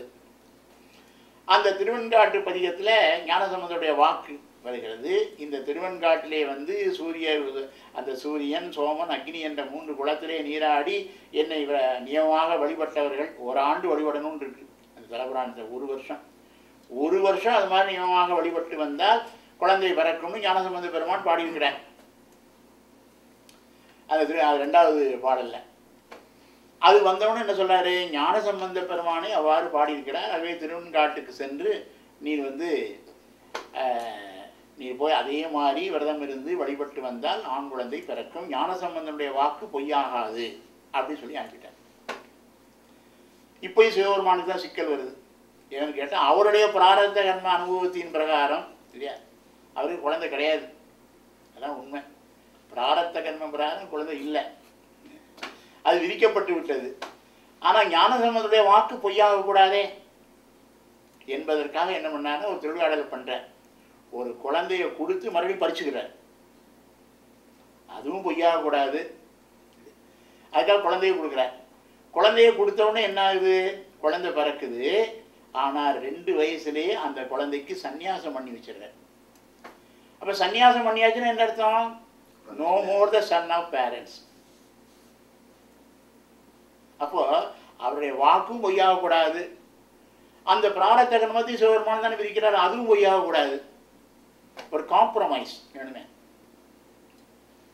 ரொம்ப நுணுக்கமான செய்தி, ரொம்ப நுணுக்கமான விஷயம். என்னன்னு கேட்டால் 2 வயசுலேயே பரஞ்சோதி மகாமுனிவர் மேலே போகிறார். அவருடைய இன்டென்ஷன் என்ன? கைலாயத்தில் இருந்து பொதிகை மலையை நோக்கி அகத்தியரோட போய் கொஞ்ச நாள் வாசம் செய்ய வேண்டும் என்பதற்காக பரஞ்சோதி மகாமுனிவர் வானத்தில் சஞ்சாரம் பண்ணுறார். ஏகாசமிட்ட இருடிகள் போகாமை ஆகாசம் காவல் என்று உந்தி வரன்னு மாணிக்கவாசகர் சொல்றார் இல்லையா, அதுபோல ஆகாயத்திலே சஞ்சரிக்கக்கூடிய வல்லமை அவருக்கு உண்டு. அப்படி போகிறார். போகும் பொழுது இந்த குழந்தை எங்கே இருக்கு? இது பிறந்த ஊர் வந்து திருப்பெண்ணாகடம். பெண்ணாகடத்தில் தான் அவர் அவதாரம் பண்ண மெய்கண்டார். ஆனால் அவருடைய தாய்மாமன் ஒருத்தர் இருந்தார். அந்த தாய்மாமன் என்ன பண்ணாருன்னா, இந்த குழந்தையை நான் கொஞ்ச நாள் வளர்த்து வருகிறேன்னு சொல்லி அவங்க அப்பா அம்மாட்ட அனுமதி வாங்கி, நான் அந்த காலத்து தாய்மாமனாருக்கு அவ்வளோ உரிமை உண்டு. இன்றைக்கும் சட்டத்தில் உரிமை இருக்குது. இன்றைக்கும் சட்டத்தில் அதை எடுக்கலை. எங்கள் ஹிந்துலால் ஒருவன் வந்து வாரிசு இல்லாமல் இறந்து போய் வந்துகிறது. இந்த வாரிசுக்கு மைனர் இருக்குது, மைனராக இருக்கான், மேஜர் ஆகலை அப்படின்னு சொன்னால் அவங்க அப்பா வந்து ஒரு அதாவது என்னுடைய மகனை பராமரிப்பதற்கு என்று இன்னாரை நியமிக்கிறேன்னு அவர் வில்லு எழுதி வைக்காமல் போயிருந்தால் இன்டர்ஸ்டேட் சொல்லுவாங்க. Died intestate. நீங்கள் என்ன சொல்லுவீங்க இந்த சட்டத்தில்? Died intestate. டைடு இன்டர்ஸ்டேட்னா died without leaving a valid will. அது மாதிரி போயிருந்தால் இன்னைக்கும் இந்துலால் என்னது தெரியுமா? The maternal uncle is a natural guardian. அதாவது மேட்டர்னல் அங்கிள் வந்து மேனேஜ் பண்ணுறதுக்கு எந்த விதமான அத்தாரிட்டியும் வேண்டியதில்லை. Natural guardian. மற்றவங்களும் appointed guardian. But maternal uncle is a natural guardian. இன்றைக்கும் இந்துலால் அந்த உரிமை கொடுத்துருக்குறான். இலங்கையில் இந்தியாவில் அந்த மாதிரி சில அந்த ட்ரெடிஷன் போல மரியாதை. அதுபோல அந்த தாய்மாமனார் எடுத்து எங்கள் ஹிந்துலால இருக்கு. அதாவது வித்தவுட் எனி கார்டியன் அப்பாயிண்டட். அப்போ ஒரு அப்பா இறந்து போயிடுறாரு, வாரிசு யாருமே இல்லை, அந்த குழந்தை மைனர். அப்போ சொத்து யாருக்கு போகிறது? அப்போ அதில் ஒரு இது கொடுத்துருக்கான். இவர் இல்லைன்னா அவர் இல்லைன்னா 21 ஆல்டர்னேட்டிவ் கொடுப்பான் ஹிந்துலால். அடுத்து யார் வரும்? அவர் இல்லைன்னா யார், அவர் இல்லைன்னா யார், அவர் இல்லைன்னா யார், 21 சட்டில் கொடுப்பான் சட்டத்தில். நேச்சுரல் கார்டியன் ஆயிடுறாங்க. அதுபோல் அவர் என்ன பண்ணார்? தாய் மாமனார் வந்து அங்கே போய் திருவெண்ணைநல்லூரில் வைத்து அவரை வளர்த்து கொண்டிருக்கிறார். அப்பொழுது அந்த குழந்தையானது என்ன செய்கிறது என்றால், தான் பூர்வ ஜென்மத்திலே சாமுசித்தராக இருந்த காரணத்தினாலே அந்த வெளியில் மணல் வெளியில் என்ன விளையாடுதுன்னா, எப்படி சண்டேஸ்வர நாயனார் விளையாண்டாரோ அதே மாதிரி சண்டேஸ்வர நாயனார் மணல் என்ன பண்ணார்? அந்த மண்ணியாற்றத்தில் நடுவில் போயிருக்கிறார். நடுவில் போயிருந்து கொண்டு மனதினாலேயே ஒரு சிவாலயத்தை கற்பனை பண்ணி அமைக்கிறார். ஒரு சிவாலயத்தையே உண்டாக்குறார். ஒரு சிவாலயத்தில் எப்படி அர்ச்சனை பண்ணணும், எப்படி ஆவாகனம் பண்ணணும், எப்படி பூஜை பண்ணணும் எப்படி தெரியும் இந்த குழந்தைக்கு? சண்டேஸ்வர நாயனாருக்கு தெரியுது. ஏன் பூர்வ ஜென்மத்திலேயே அது பதிஞ்சிருக்கு. அதனால அதேபடி எப்படி அவர் அந்த மணலினாலே சிவாலயம் அமைத்து சிவலிங்கத்தை சாவித்து அந்த சிவலிங்கத்திற்கு அந்த பஞ்சகவியம் வந்து உழந்தது என்று தெரிந்து பால் நீராட்டினார். அதனால தான் அவருக்கு அருள் புரிகிறார். அதுக்கு தான் அவ்வளோ பெரிய வெயிட் கொடுத்தார் சிவபெருமான். சும்மா இல்லை, அந்த குழந்தை ஒன்றும் சும்மா கிரிக்கெட் ஆடிட்டு இருக்கலாம். இன்னைக்கெல்லாம் எல்லாம் கிரிக்கெட் ஆடுறது ஏதோ ஆடிட்டு இருக்க குழந்தைகள்லாம் இல்லையா. இன்னும் கொஞ்ச நாள் நான் வெறிக்காக சொல்லு, இன்னும் கொஞ்ச நாள் போச்சுன்னா அம்மா வயிற்றுலேருந்து வரும்போதே கிரிக்கெட் மட்டையோட தான் பிறக்க கொள்ளும்.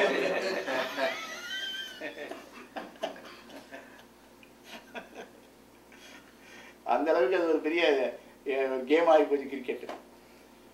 அதே போல மெய்கண்டதேவ நாயனார் என்ன செய்கிறார் என்றால் தன்னுடைய தாய் மாமன், அவருடைய பேர் காங்கேய பூபதின்னு பேர், அவருடைய மேட்டர்னல் அங்கிளோட பேர் காங்கேய பூபதி, அவருடைய வீட்டில் விளையாடி கொண்டிருக்கிறார். அப்பொழுது ஒரு நிகழ்ச்சி நடக்குது. சிவபெருமான் சங்கல்பம் பண்றார். ஏன்னா தான் அந்த சிவாகமங்களிலே சொன்ன செய்தியை தமிழிலேயே சொல்லுவதற்கு ஒரு பக்குவமுடைய ஆன்மா வேண்டும் என்று அவர் மனசில் சங்கல்பம் பண்ணுகிறார். அது இந்த குழந்தை தான் சரியான பொருத்தமுடையதுன்னு தெரிஞ்சுக்கிறார். அப்பொழுது பரஞ்சோதி மகாமுனிவர் வானத்தில் சஞ்சாரம் பண்றார். அந்த கைலாய மலையிலே இருந்து பொதிகை மலையை நோக்கி போய் கொண்டிருக்கிறார். அப்போ அந்த திருவெண்ணைநல்லூருக்கு மேலே பறக்கும்போது என்ன ஆகுது, அவருடைய பிரயாணம் தடைப்படுகிறது. அவரால் போக முடியல அதுக்கு மேலே. எல்லாம் அவருடைய திருவிழாடல் தான், அதற்கு மேலே செல்ல முடியவில்லை. அப்பொழுது அந்த மனசுக்குள்ள அப்படி பண்றார். ஏன்னா அவர் பெரிய ரிஷியாச்சே, இது ஏன் செல்ல முடியவில்லை என்று நினைக்கிறார். உள்ளே இருந்து சிவபெருமான அறிவிக்கிறார். எதுக்காக உன்னுடைய பிரயாணத்தை தடை செய்தேன் தெரியுமா, உனக்கு ஒரு பணியை வைத்திருக்கிறேன்.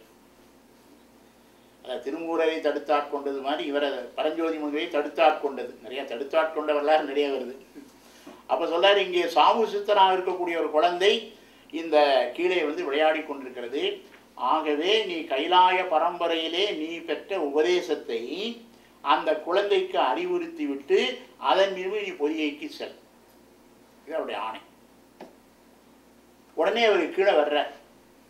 கீழே வந்தால் சிவபெருமான் சொன்ன மாதிரியே ஒரு குழந்தை மணலில் அந்த தாய் மாமனாருடைய வீட்டு முற்றத்தில் விளையாடி கொண்டிருக்கிறது.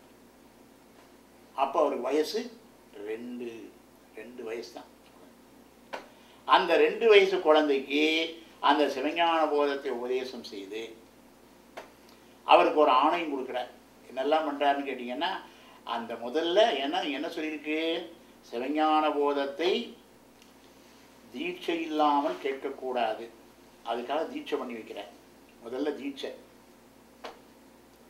என்ன 2 வயசு ஈராண்டில் சிவஞானம் பெற்று இந்த மெய்கண்டார் தானே சொல்கிறோம். அவருக்கு தீட்சை பண்ணுறார். 2வது என்ன பண்ணுறாருன்னா, அது சிவபெருமானுடைய விளையாட்டு. ஏன்னா பிராரத்த கர்மமும் அவர் விதிக்கிறதானே. அதனால் என்ன பண்ணுறாரு, பரமகஞ்ச சந்நியாசம் என்று ஒரு உயர்ந்த சந்நியாசத்தையும் பண்ணி வச்சுட்டார். அப்படி இந்த சந்நியாசத்துக்கு பேர் பரமகஞ்ச சந்நியாசம். சந்நியாசத்துல நிறைய வித்தியாசம் உண்டு. இப்போ எங்கள் திருவாவடுதுறை சந்நியாசம் வேற, தருமபுர சந்நியாசம் வேற. தெரியுமா உங்களுக்கு? இல்லை. ஆமாம், வேற. அதாவது அந்த சந்நியாச மரபு என்பது அந்த சந்நியாசம் மேற்கொள்வதில் சில வேறுபாடுகள் உண்டு. அதாவது அவங்களுடைய நடை உடை எப்படி தரிக்க வேண்டும். இப்போ பாருங்கள், தருமபுரத்தில் எப்படின்னு கேட்டீங்கன்னா, அந்த சன்னிதானமாக வர்றவங்க தலப்பா மட்டும் இல்லை, தாடி வச்சுக்கணும், மொட்டை போடக்கூடாது. தருமபுர சன்னிதானம் மொட்டை போட மாட்டாங்க. திருவாவடுதுறை சன்னிதானம் மொட்டை தான். அங்கே வந்து தம்பிரானாக இருக்கும்போது தாடி, ஆனால் இளைய சன்னிதானமாக நியமிக்கும் பொழுது மொட்டை போட்டுருவாங்க. இப்படி 21 பேதம் உண்டு. வேட்டி கட்டுறது கூட வித்தியாசம் உண்டு. இவங்க கட்டுற வேட்டி இப்படி இருக்கும், அவங்க கட்டுற வேட்டி இப்படி இருக்கும். அது சந்நியாசம். அது சந்நியாச பத்ததியில் ஒவ்வொரு ஆதீனத்துக்கும் ஒரு பத்ததி உண்டு. அந்த பத்ததியில் சந்நியாசத்தில் நிறைய இருக்குது. அது சைவ சந்நியாச பத்ததி எழுதினவர் யாருன்னு தெரியுமா உங்களுக்கு? சிவாகிரயோகிகள். சூரியநாராயண சிவாகிரயோகிகள் சைவ சந்நியாச பத்ததி. ஆகவே என்ன பண்ணுறாருன்னா, பரமகஞ்ச சந்நியாசம் என்று சொல்லக்கூடிய இதை நான் இன்றைக்கி எப்படி வளர்க்குறேன்னு கேட்டால், இது வந்து பேதம் இல்லை. இதை இன்றைக்கி உலக நடையில் வளர்க்க வேண்டியிருக்கு. இப்போ +2 மெட்ரிகுலேஷன் இருக்குது இல்லையா? இப்போ அலாய்சி ஸ்கூலில் படித்தா அது ஒரு யூனிஃபார்ம், கான்வெண்ட்டில் படித்தா அது ஒரு யூனிஃபார்ம், ஆல்ஃபா மெட்ரிகுலேஷன் ஸ்கூலில் படித்தா அது ஒரு யூனிஃபார்ம். ஆனால் அந்த ஸ்டாண்டர்ட் டெக்ஸ்ட் புக்கு மாறுமா? It's just like that. The uniform differs, but the textbook does not differ. If you are compromised, ஏன்னா ஒவ்வொரு சந்தேகம் வந்துடும். அது வந்து அந்த அந்த ஒவ்வொரு ஆதீனங்களையும் நிறைய குருமூர்த்திகள் மனசில் நினைக்கிற ஒரு விஷயத்தை அவங்க அறிந்து செய்கிறார்கள். அதுபோல் மெய்கண்டாருக்கு என்ன பண்ணாருன்னா பரம கஞ்ச சந்நியாசம் என்று ஒரு சந்நியாசத்தையும் பண்ணி வைக்கிறார். முதல்ல தீட்சை, அந்த தீட்சைக்கு பேர் பாவனா தீட்சைன்னு பேர். தீட்சையினுடைய வகைகளில் பரஞ்சோதி மகாமுனிவர் மெய்கண்டாருக்கு பண்ண தீட்சை பாவனா தீட்சை, சந்நியாசம் பரமகஞ்ச சந்நியாசம். அதுக்கப்புறம் சிவஞான போதத்தை அவர் தன்னுடைய குருநாதரிடத்திலே எப்படி உபதேசம் கேட்டாரோ அதே போல அந்த உபதேசம் அந்த உபதேசம் என்பதுக்கு தான் அன்றைக்கே சொன்னேன், the nearest equivalent in English. இப்போ என்ன இங்கிலீஷ் என்னங்கிறது இன்றைக்கி ஒரு பெரிய விஷயம். ஏன்னா நெக்ஸ்ட் ஜென்ரேஷனில் நான் சொல்கிறேன், சைவ சமய பிரச்சாரம் பண்ண வர்றவங்களுக்கு இங்கிலீஷ் சரியில்லைன்னா பண்ணவே முடியாது, அவ்வளோதான். மதம் அழிந்தது, அது ஒன்றும் சந்தேகமே கிடையாது. சும்மா என்னதான் நீங்கள் தமிழ் கற்ற வேண்டியதான். நெக்ஸ்ட்டு வந்து இந்த இங்கிலீஷுக்கிற வெஹிக்கிள் இல்லாமல் you cannot teach anything, not only religion, anything. அதனால் அது ரொம்ப முக்கியமான ஒன்று, நம்ம புறக்கணிக்கவே முடியாது. இப்போ வேதாந்த மடம் வந்து நான் தான் சொன்னேன், நீ கூட ஒன்று புக்கு பார்த்து எனக்கு ஆச்சரியமாக இருந்தது. திருக்கோயிலூர் வேதாந்த மடம், அது எங்கே? சான் பிரான்சிஸ்கோவா இல்லை, நியூ ஜெர்சியில் அவங்க ஒரு ட்ரஸ்ட் வச்சுட்டாங்க. வச்சு அங்கேருந்து அதன் மூலமாக நூல்கள் இங்கிலீஷில் வர ஆரம்பிச்சிருச்சு. அது எங்கள் தமிழ்நாட்டில் உள்ள ஒரு வேதாந்த மடம், திருக்கோயிலூர் மடம். நியூ ஜெர்சியில் அவங்க ஓப்பன் பண்ணிட்டாங்க பிரான்ச். பண்ணிவிட்டு 63 நாயன்மாருடைய வரலாறு, 64 திருவிளையாடல்களை பற்றி இங்கிலீஷில் போட ஆரம்பிச்சிட்டாங்க. நான் போய் எங்கள் சன்னிதானத்தை சொல்ல போகிறேன், நம்மளும் செய்யணும் இல்லையா? நம்ம நாடு தமிழ்நாட்டில் கூட சின்ன ஆதீனம், அது திருக்கோயிலூர், சின்ன ஸ்மால் ஆதீனம். அந்த ஆதீனம் நியூ ஜெர்சியில் இடம் முடிச்சிட்டாங்க இல்லையா? அப்போ நம்ம இவ்வளோ பெரிய ஆதீனம் இன்னும் நம்ம அமெரிக்காவில் இடம் பிடிக்கல. அது இன்னைக்கு தான் இந்த புத்தகத்தை பார்த்தோன்னே எனக்கு ரொம்ப ஆச்சரியமா. இன்டர்பிரேஷன் வேதாந்த இன்டர்பிரேட் தான் கொடுக்கணுமா எல்லாத்துக்கும்? யாரு? திருக்கோவில் வேதாந்த மடம், வேதாந்த இந்த தேவாரத்து மதம் எல்லாத்துக்குமே அந்த அந்த டைப் ஆஃப். அப்படி ரொம்ப மெட்டாபிசிக்கலுக்கு போக மாட்டாங்க. ஆனால் மரபு வேதாந்தம் தான், வேதாந்தா ட்ரஸ்ட் தான் போடுவாங்க, சித்தாந்தான்னு போட மாட்டாங்க.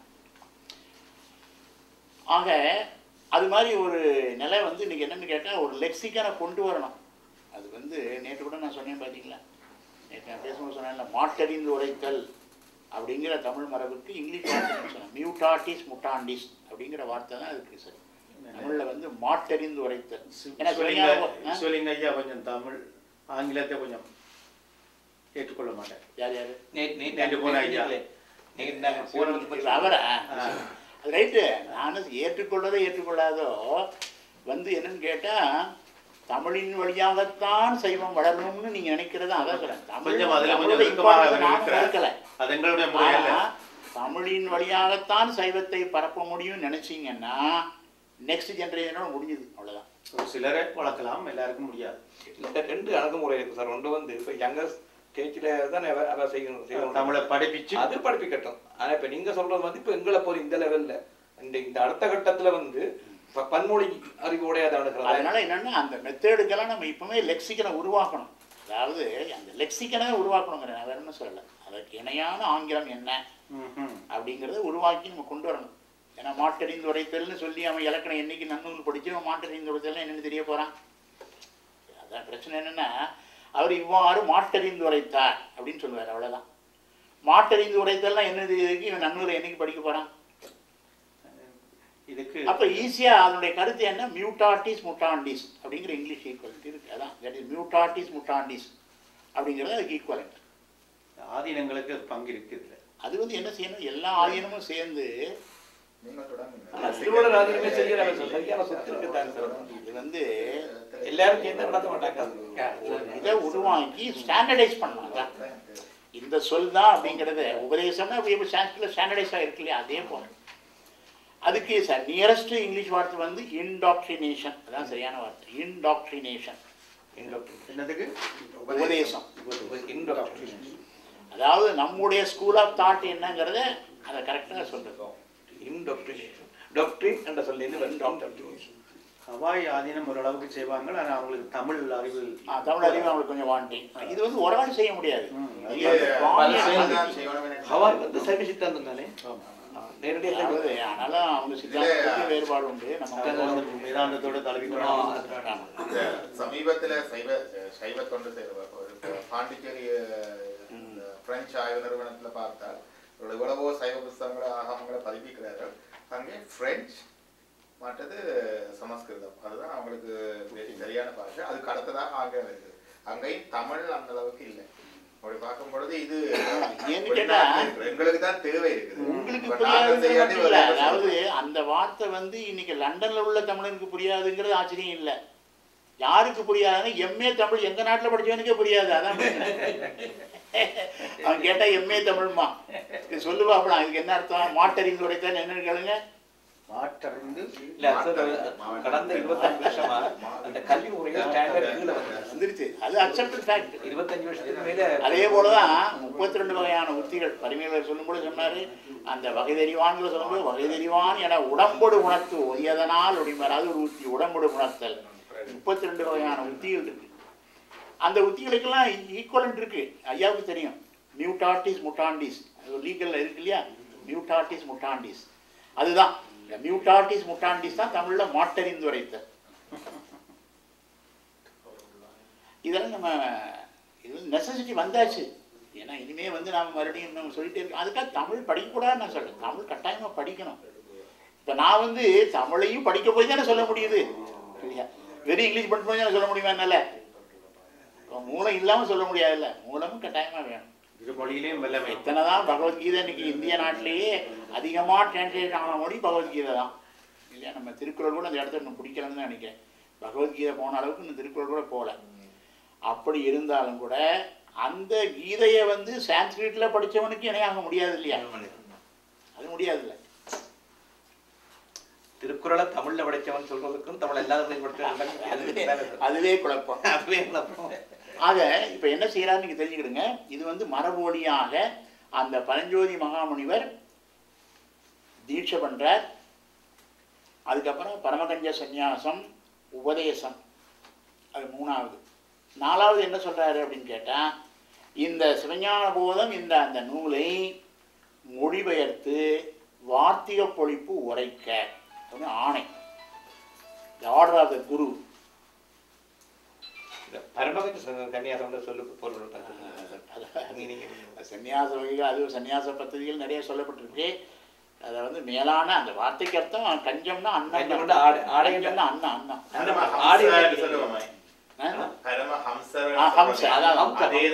அதேதான். ஹம்சங்கிறது தமிழ்ல கஞ்சம். கஞ்சன்றது ஆடை என்ற மீனிங் எடுத்தீங்களா? பரமஹம்சம் அது அந்த சன்னியாச பദ്ധதியில் நிறைய வருது. அது வந்து நான் வந்து அதில் ரொம்ப ஸ்பெஷலைஸ் பண்ணல. நான் வரலாறு தானே சொன்னேன். I'm only telling the biography. அதை வைத்துக்கொண்டு வார்த்திக பொழிப்பு உரைக்க.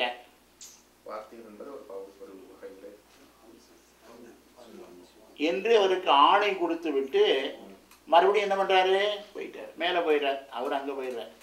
அதுக்கப்புறம் இந்த பெண்ணு என்ன பண்ணுது? இந்த குழந்தை இப்போ என்ன முடிஞ்சிருக்கு? சைவ சித்தாந்த சாஸ்திரத்தின் பிரகாரம் கேட்டல், அதாவது அதிதீவிர சக்தி நிவாதம் உடையவர்கள், அதாவது இறைவனுடைய அருள் சக்தி பதிந்த உடனே 4 நிலையில அந்த அருளானது வந்து கொண்டே இருக்கும்.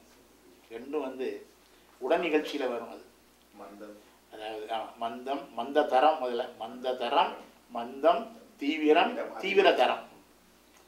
இப்ப 4 வகை சக்தி நிவாதம் பொதுவாக மக்களுக்கு நிகழும். ஆனா சாமுசித்தர்களுக்கு அந்த 4 அடுத்தடுத்து நிகழும். இப்போ மாணிக்க வாசகர்கள்லாம் உபதேசம் முடிஞ்சவொன்னே வந்துடுற கேட்டல், சிந்தித்தல், தெளிதல், நிட்டை அடுத்தடுத்து டக் டக் டக். ஏன்னா அதுக்கு பூர்வ ஜென்ம தவம்.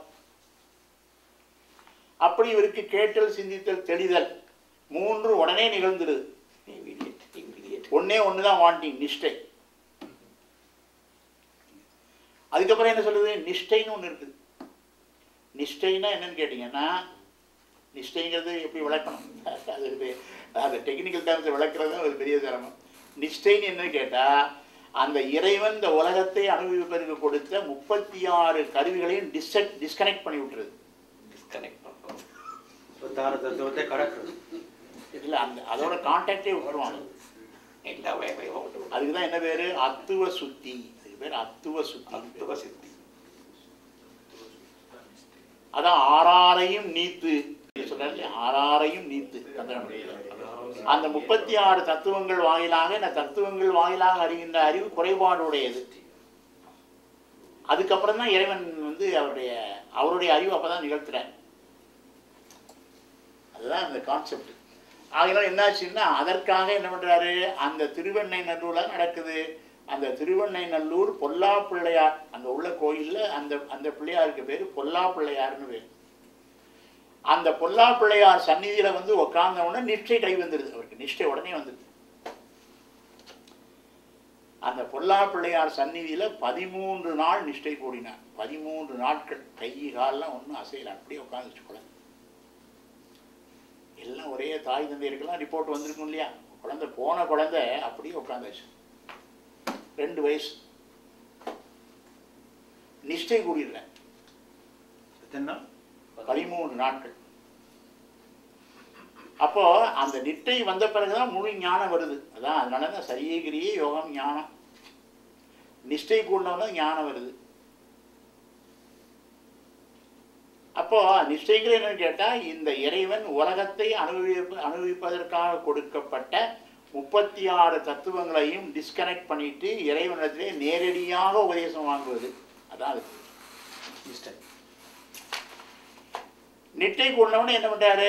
அந்த சிவஞான போதத்திற்கு அந்த நிட்டை கலைந்து அதுக்கப்புறம் தான் என்ன செய்யறாரு? சிவஞான போதத்துக்கு சூத்திரத்தை அந்த 12 சூத்திரத்தையும் தமிழ்ல மொழிபெயர்க்கிறார். மொழிபெயர்த்து விட்டு தன்னுடைய குருநாதன் ஆணையின் பிரகாரம் அதுக்கு வார்த்திகம் செய்கிறார். வார்த்திகம் சூத்திரம் வார்த்திகம். அப்புறம் ஒவ்வொரு சூத்திரத்திலையும் என்னென்ன கருத்துக்களை வலியுறுத்த வருகிறார். அதான் மேற்கோள். ப்ராப்போசிஷன், ஆங்கிலத்தில் ப்ரொப்போசிஷன். மேற்கோள். இங்கே சிவஞான போதத்தில் மேற்கோள்னு சொன்னால் கொட்டேஷன் அர்த்தம் இல்லை. இலக்கியத்தில் மேற்கோள்னா அர்த்தம் வேற. இங்கே மேற்கோள்னா மேற்கொண்டதுன்னு எழுதுவார். மேற்கொண்டதுன்னா அது வந்து சான்ஸ்கிரிட்டில் வந்து பிரதிஜ்ஞா பிரதிஜ்ஞா அப்படின்னு சொல்லக்கூடிய அந்த வார்த்தையினுடைய தமிழாக்கம் மேற்கோள், மேற்கொண்டது. அதை what are all the points I want to stress அப்படி அர்த்தம். அது ஆங்கிலத்தில் ப்ரப்போசிஷன். வாட் ஐ ப்ரப்போஸ், மேற்கோள். அப்புறம் அவ்வாறு அந்த மேற்கோள் வருவதற்கு காரணமாக உள்ள ஹேத்து, அதான் ஹேத்து. ஹேத்து என்ற அந்த தர்க்க சாஸ்திர பரிபாஷை தான் ஏதுன்னு வருது தமிழ். அது சிவஞான போதத்தில் பயன்படுத்துகின்ற வார்த்தைகள்லாம் இலக்கிய வார்த்தைகள் இல்லை, தர்க்க வார்த்தைகள். அந்த பிரதிஜை என்ற வார்த்தையினுடைய தமிழாக்கம் தான் மேற்கோள். அப்புறம் ஹேத்து. ஹேத்துன்னு என்ன அர்த்தம்? ரீசனிங். இவ்வாறு மேற்கொண்டதற்கு இது காரணம் இது என்று காட்டுவது ரீசனிங். அந்த ரீசனிங்கிறதுக்கு தான் அது என்ன பேரு தர்க்க சாஸ்திரத்தில் ஹேத்து. ஹேத்து ஹெச். அந்த ஹேத்துங்கிறது தமிழ்ல எப்படி வருது? ஹா ஹரன்கிறது அரண்னு வரும்ல தமிழ்ல. அதுபோல அது என்ன வருது? ஹேத்துங்கிறது ஏதுன்னு வருது. ஏது. அதுக்கப்புறம் என்னது? திருஷ்டாந்தம். திருஷ்டாந்தம். திருஷ்டாந்தம்னு என்ன? ஒரு கருத்தை வலியுறுத்தி விட்டு அந்த கருத்தை நடைமுறை விஞ்ஞானத்தில் வச்சு காட்டுறது. அதுக்கு பேரு உவமை கிடையாது. உவமை வேற. தமிழ்ல சொல்லப்படுகின்ற உவமை வேற. இப்போ இங்கிலீஷ்லையுமே இங்கிலீஷ்ல ஃபிகர் ஆஃப் ஸ்பீச்மா, ஃபிகர் ஆஃப் ஸ்பீச். இந்த ஃபிகர் ஆஃப் ஸ்பீச்சுக்குள்ள என்ன வருது பாருங்க? கம்பேரிசன் அது வேற, சிமிலி அது வேற, மெட்டாஃபர் அது வேற, பேரபுள் வேற. எத்தனை சொல்லலாம் பாருங்க இங்கிலீஷ்ல ஃபிகர் ஆஃப் ஸ்பீச். அதே போலத்தான் திருஷ்டாந்தம் என்பது தர்க்க சாஸ்திரத்தில் ஒரு விஷயத்தை விளக்குவதற்கு நடைமுறையில் வருகின்ற ஒன்றை வைத்துக்கொண்டு அதை உய்த்துணருமாறு செய்வது. ஒரு உதாரணம் ஒன்று சொல்றேன் பாருங்க. இப்போ சிவம், சக்தி, இந்த ரெண்டும் பொருள் ஒன்று தான். சிவம் வேற சக்தி வேற இல்லை, ரெண்டு வேற இல்லைங்கள. இப்போ ஒன்று சொல்லிட்டு போக வேண்டியதானே, எதுக்கு ரெண்டு வார்த்தையை சொல்றீங்க? அது இல்லையா? அப்போ என்ன சொல்ற, இதை புரிய வைக்கணும். ஒரு கேள்வி கேட்குறான், சிவமும் சக்தியும் ஒன்றுங்கிறீங்க, அப்போ ஒரு வார்த்தையை வச்சுட்டு போக வேண்டியதானே, எதுக்கு ரெண்டு வார்த்தையை வச்சுட்டு இருக்கீங்க? அப்போ ஒரு கேள்வி வருது இல்லையா? அப்போதான் சொல்வார், அதுதான் உதாரணம் சொல்வார், சூரியனும் ஒளியும் போல. இப்போ சூரியன் ஒரு பொருள், அவனிடத்துல வருகின்ற ஒளி ஒரு பொருள். இப்ப சூரியனும் சூரிய ஒளியும் ஒன்னா வேறையா அப்படின்னா, ஒரு வகையால் ஒன்று, ஒரு வகையால் வேற. அப்ப ரெண்டு சாப்ப சன்னு வச்சுட்டு போனா போதுமே, சன் ரேன்னு ஏன் வைக்கிறீங்க? இப்போ why are coining another word sun rays ஏன் வருது?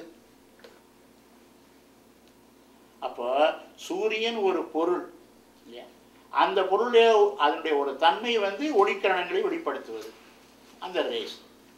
இப்போ ஒளிக்கிரணங்கள் நம் மீது படுது, அது ஒரு கான்செப்ட் என்ன, சூரியனுடைய ரேஸை நீங்க அனுபவிக்கிறீங்க, அந்த சூரியனுடைய ரேஸ் உங்க மேல பட்டதுனால சூரியனை தொட்டுட்டே நீங்க சொல்ல முடியுமா? அதே போலதான் சிவபெருமானுடைய சக்தி உன் மேல பதியுமே, சிவபெருமானை தொட முடியாது. இப்ப புரியுது இல்ல? இப்ப புரியுது, திருஷ்டாந்தம். இதுக்கு பேர் தான் என்னது? திருஷ்டாந்தம். சொல்லக்கூடிய கான்செப்டை உலகத்துல நடைமுறையில வச்சு, இப்ப அதுல இன்னொரு பொருள் வருது பாருங்க. இப்ப சூரியன் சூரியன் ஒருவன் இருக்கிறான் என்பதை எப்படி அறிகிறாய்? ஒரு கேள்வி. இப்ப சூரியன் மறைந்த பிறகு, சூரியன் மறைஞ்சாச்சு, இப்ப சூரியன் மறைஞ்சுட்டான் சார், எங்க வீட்டுல ஒரு பெரிய டார்ச் லைட் வச்சிருக்கேன், இதை வச்சு நான் அடிச்சு காட்டுறேன் பாருங்க எங்க இருக்காங்க. சூரியன் இருக்கான்ல, போயிடலையே எங்கேயும். I have got a powerful torch light. இந்த டார்ச் லைட்டை வச்சு அவனை அடிச்சு இங்க இருக்கான்னு சொல்லுவியா நீ? அப்ப என்ன ஆகுது? சூரியன் நான் இருக்கிறேன் என்பதை அவனுடைய ரேஸ் தான் உனக்கு காட்டும். என்ன அருமையான உதாரணம். சூரியனை பார்ப்பதற்கு எது வேணும் உனக்கு? சூரியனுடைய ஒளி இல்லாம சூரியனை பார்க்க முடியாது இல்லையா? நீ வச்சிருக்கிற ஒளியை வச்சு பார்த்துட முடியுமா? அப்ப சூரியனுடைய ஒளிதான் சூரியனை காட்டும். அதே போலதான் இறைவனுடைய அறிவாகிய பதிஞானம் தான் அவனை காட்டும். எத்தனை விஷயம் பெறப்படுது ஒரு உவமையில எவ்வளவு அவா. You understand the difference between the sun and the sunlight. இது ரெண்டு வேற வேறையான்னா, ஒரு வகையில வேறதான், ஒரு வகையில இது வேற வேறதான். ஆனா without the sun there is no sun rays. அதே சிவம் இல்லாம சக்தி இல்லை. அதை எழுதுவாங்க தர்க்கத்துல, சூரியன் தன்னை விளக்கும் போது சூரியன் என்றும் பிற பொருள்களை விளக்கும் போது சூரிய கதிர் என்றும் பெயர் பெறும். அது தர்க்கத்தை எப்படி விளக்கம் கொடுக்குறாங்க? சூரியன் தன்னை விளக்கும் போது சூரியன், ஆனா அது சூரிய ஒளி யாரை காட்டுது? இன்னொரு இது மரம், இது செடின்னு காட்டுது இல்ல, அப்ப சூரிய ஒளி. என்ன அந்த விளக்கம் எப்படி கொடுக்க? இதுக்கு பேரு தர்க்க சாஸ்திரம் என்னது? இதுக்கு தர்க்கத்தில் உள்ள பேர் தான் திருஷ்டாந்தம். திருஷ்டாந்தம் இது தர்க்கத்துல ஒரு அங்கம். அந்த திருஷ்டாந்தம் என்பதற்கு இங்கிலீஷ் வார்த்தை என்ன? அதையும் குறிச்சுக்கோங்க. Inductive proof. Inductive proof. You are inducting something through another thing. இது மகாமேதை ஜெயம் நல்லுசாமி பிள்ளை சொல்ற, இதெல்லாம் நான் சொல்லல. நல்லுசாமி பிள்ளை சிவஞான போகத்தை ஆங்கிலத்தில் மொழிபெயர்த்து காமெண்ட்ரி கொடுத்து பெரிய அவர் பெரிய ஜட்ஜா இருந்தவர். He was an advocate, he was a judge. அதோட இன்னொரு பெரிய சிறப்பு என்ன? He was a man who had conducted Saiva Siddhanta classes for Swami Vivekananda. என்ன பேர்? நல்லசாமி பிள்ளை. அது ஒரு அருமையான வரலாறு. அது நம்ம நாளைக்கு வேணா பார்ப்போம். நீங்க சொல்ற நேரம் இருக்கா?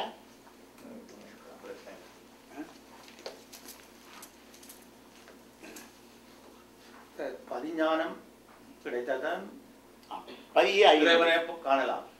சைவ சித்தாந்தம் என்ன சொல்லணும்னா, அப்போ உன்னுடைய அறிவினால இறைவனை அறிய முடியாதான்னு அப்படியும் இல்லை. அதாவது இறைவன் இந்த 3 பொருள்கள் இருக்கே, இந்த 3 பொருள்களுக்கு 2 இலக்கணம் உண்டு. ஒன்று தடத்தம், இன்னொன்று சொரூபம். இந்த 3 பொருளுக்கும் உண்டு. அதில் நம்முடைய அறிவினாலே இப்போ என்ன கேள்வி வரும், அப்படி ஏன் சிவஞான போதம் படிக்கணும், கடவுள் காட்டணி காட்டிட்டு போகிறாரு, அப்படி ஒரு கேள்வி வரும் இல்லையா? கடவுள் என்னைக்கு காட்டணும்னு நினைக்கிறாரு காட்டிட்டு போகிறோம், இதுக்கு எதுக்கு உட்காந்து படிக்கணும் அப்படி சொல்லுவீங்களா? அப்படி ஒருத்தன் ஆர்கியூ பண்ணுவான்ல. அது எல்லாத்தையும் யோசனை பண்ணியிருந்தாங்க. அப்போ தான் சொன்னாங்க, இந்த நூல்கள்னால பயனே இல்லைன்னு நினச்சிடாத, நூல்களும் வேணும். ஆனால் நூல்களின் வாயிலாக எதை அறிய முடியும்? இந்த 3 பொருள்களின் தடத்த லக்கணத்தை அறியலாம். இது இவ்வாறு இருக்கும் என்பதை அறியலாம். அதுவும் தேவை, அதுவும் தெரியணும் இல்லையா? அப்போ தடத்த லக்கணத்தை அறிவது நூல்கள். தடத்த லக்கணம், தடத்த லட்சணம், ஸ்தடத்த லட்சணம். இந்த ஸ்தடத்தம் என்ற சான்ஸ்கிரிட் வர தமிழில் தடத்தம்னு வருது. ஸ்கந்தன்கிறது கந்தன் வருது இல்லையா? அது மாதிரி இயல்பான அதுக்கு ஒரு வழக்கம் உண்டு. தடத்தம்னா என்னன்னா, ஒரு பொருள் இன்னொரு பொருளோடு கலந்து இருக்கும்போது வெளிப்படுகின்ற ஒரு நிலை. சொருவங்கிற அந்த பொருள் தன்னிலையிலே வெளிப்படுத்துவது. இயல்புன்னு சொல்றது, மற்றது தமிழ்ல சொல்றது ரெண்டும் இயல்பு தான். அப்படியா? This is also a character, this is also a character. அப்போ நூல்களின் வாயிலாக பயனில்லைன்னு அர்த்தம் இல்லை. நூல்களின் வாயிலாக இந்த 3 பொருள்களின் ஸ்தடத்த லக்கணத்தை அறிய முடியும். ஆனால் அந்த பதிஞானத்தினாலே தான் இந்த 3 பொருளுடைய சொரூப லக்கணத்தை அறிய முடியும். ஒன்று தெரியணுமே. இப்போ இன்னொரு உதாரணம் சொல்ல பாருங்களேன். இப்போது நான் கனடாவுக்கு வர்றதுக்கு முன்னாடி என்னெல்லாம் பார்க்குறேன்? மேப்பில் கனடா எங்கே இருக்குது, எங்கள் ஊர்லேருந்து ஃப்ளைட் ஏறுறதுக்கு சென்னை வர்றதுக்கு எவ்வளோ தூரம் இருக்குது, சென்னையிலேருந்து இந்த ஃப்ளைட்டு எவ்வளோ நேரம் எடுத்துக்கிடுது, எவ்வளவு சார்ஜ் பண்ணுறான், இதெல்லாம் நான் தெரிஞ்சுட்டு தானே கனடாவுக்கு வர முடியும்.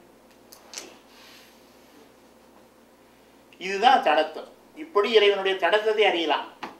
இப்போ இது வரைக்கும் கனடாவில் வந்து லேண்ட் பண்ண பிறகு என்ன பண்ணுறேன்? கனடாவுடைய சுரூபத்தை அறியினேன். ஆனால் கனடாவை பற்றி நான் தெரிந்தது இருக்கே, அது என்னது? ஸ்தடத்தம். அப்போ அதுவும் வேணும் இல்லையா? தடத்தல், ஸ்தடத்தம். சான்ஸ்கிரிட்ல ஸ்தடத்தம், ஸ்தடத்தம், ஈஸ்வரம், ஸ்தடத்தம். அது தமிழில் மொழிக்கு முதல்ல வரும்போது தடத்தம். அதாவது உதாரணம் சொல்ல, ஸ்கந்தன்கிறது கந்தன் வருது இல்லையா? ஸ்கந்தன், கந்தன். ஸ்தலம், தலம். அது மாதிரி அது மொழி முடியாது. வட சொற்களவி வட எழுத்தொரு எழுத்தோடு கொண்டு சொல்லாகுமே. அதுக்கு நன்னூரில் கிளீனாக இலக்கம் சொல்லிட்டேன். ஒரு சொல் வந்து ஒரு வடமொழி சொல் தமிழிலேயே வரும் பொழுது தற்சமம் தற்பவம் என்ற 2 முறையில் எப்படி வருங்கிறது தமிழில் வரையறுத்துட்டான். எல்லாம் பண்ணி வச்சுட்டான். எல்லாம் அதை கருவி நூல்கள்னு சொல்றது எல்லாம் பெரியவங்க பண்ணி வச்சுட்டான்.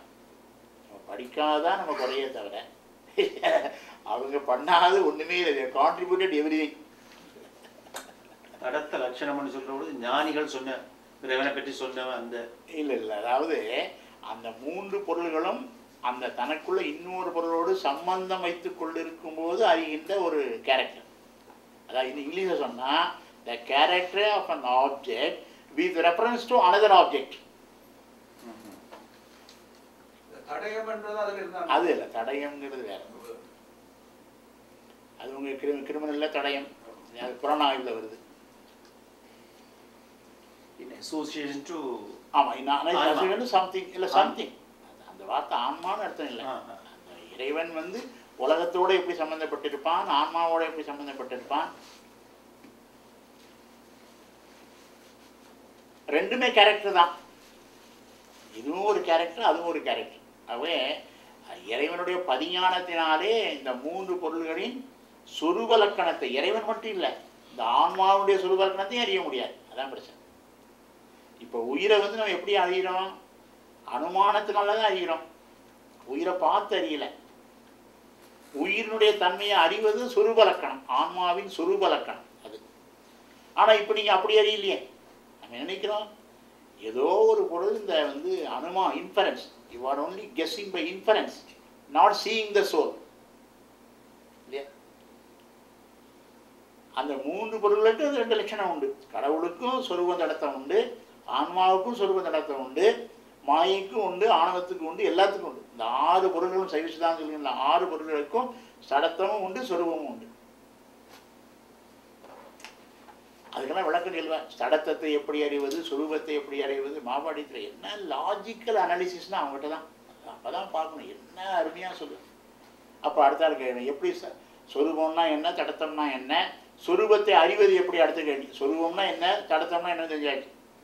அப்புறம் அறிகின்ற மெத்தடு ஒன்று இருக்குல்ல, மெத்தடாலஜின்னு ஒன்று இருக்கேன், எப்படி அறிவது, அதுக்கெல்லாம் சொன்னேன் மாபாடியத்தில்.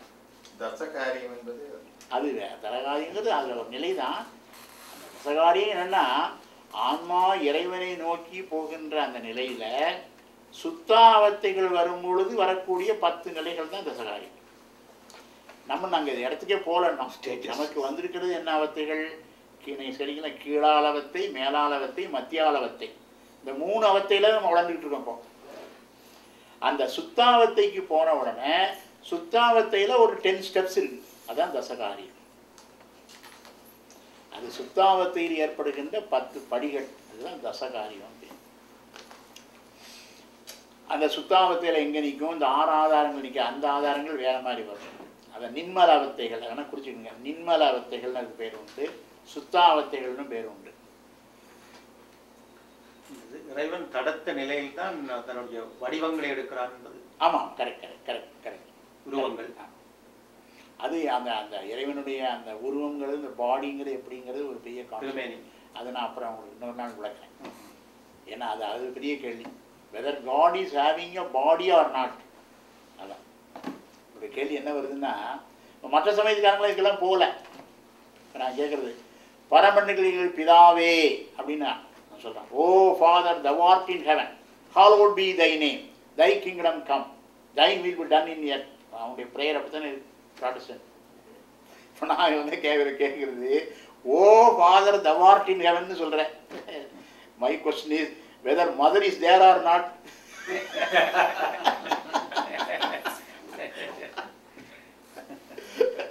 ஓ thou art இல்லையா, அப்போ whether mother is there or not.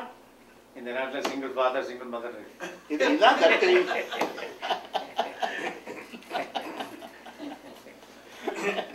இதுக்கு சேஞ்ச் இல்லை, இதுதான் லாஜிக்கல் கொஸ்டின்ங்கிறது. அவங்க பதில் சொன்னா அவன் தான் சிந்திப்பான். இத்தனை நாளாக ப்ரே பண்ணிட்டு இருக்கிறேன், என்னைக்காவது வந்துதான் வச்சுருந்தேன். You are doing the prayer for so many years, whether this question has stuck up for you.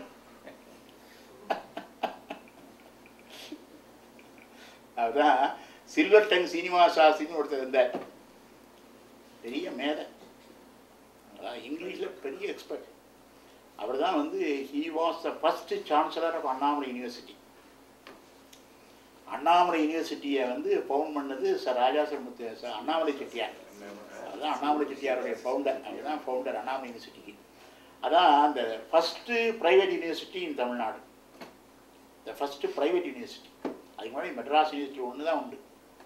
அதுக்கப்புறம் இப்போ நிறையா இன்றைக்கி வந்து மோர் தென் 100க்கு மேலே இருக்குது யூனிவர்சிட்டிஸே, மோர் தென் 100 இருக்குது தமிழ்நாட்டில். அப்போ அவர் லண்டன் வந்திருக்கும்போது அவர் பெரிய ஆங்கிலத்தில் பெரிய மேலே, அதனால் அவர் பேரே சில்வர் டன் சீனிவாச சாஸ்திரின்னு பேர். Silver ton. அவர் இங்கிலீஷ் பேசினாலும் இங்கிலீஷ்காரனே ஆண் வாயத்தை வந்து எடுத்துப்பான், அந்த மாதிரி பேசுவார். அவர் தான் மகாத்மா காந்திக்கு இங்கிலீஷ் டியூஷன் எடுத்தார். மகாத்மா காந்திக்கு இங்கிலீஷ் டியூஷன் எடுத்தார். ஆமாம், எழுதுவார்.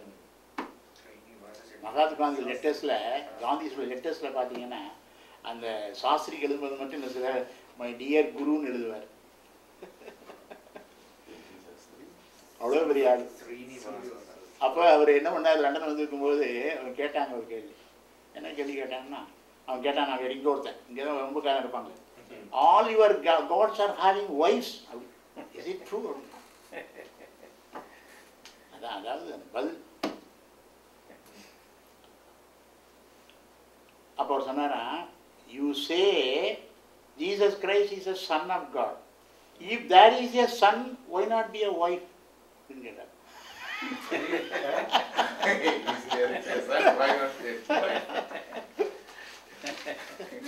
You say Jesus is son of God. Yeah. If there is a son, why not be a wife? எவ்வளோ சித்தனை பாரு. அடுத்த கேள்வி நான் அடிச்சார் ஒரு அடி. So all our gods are having their own wives, not your God.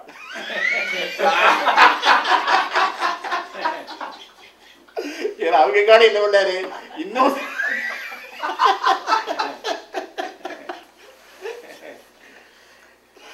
அது அடுத்த கேள்வி கேட்பான் அவன்.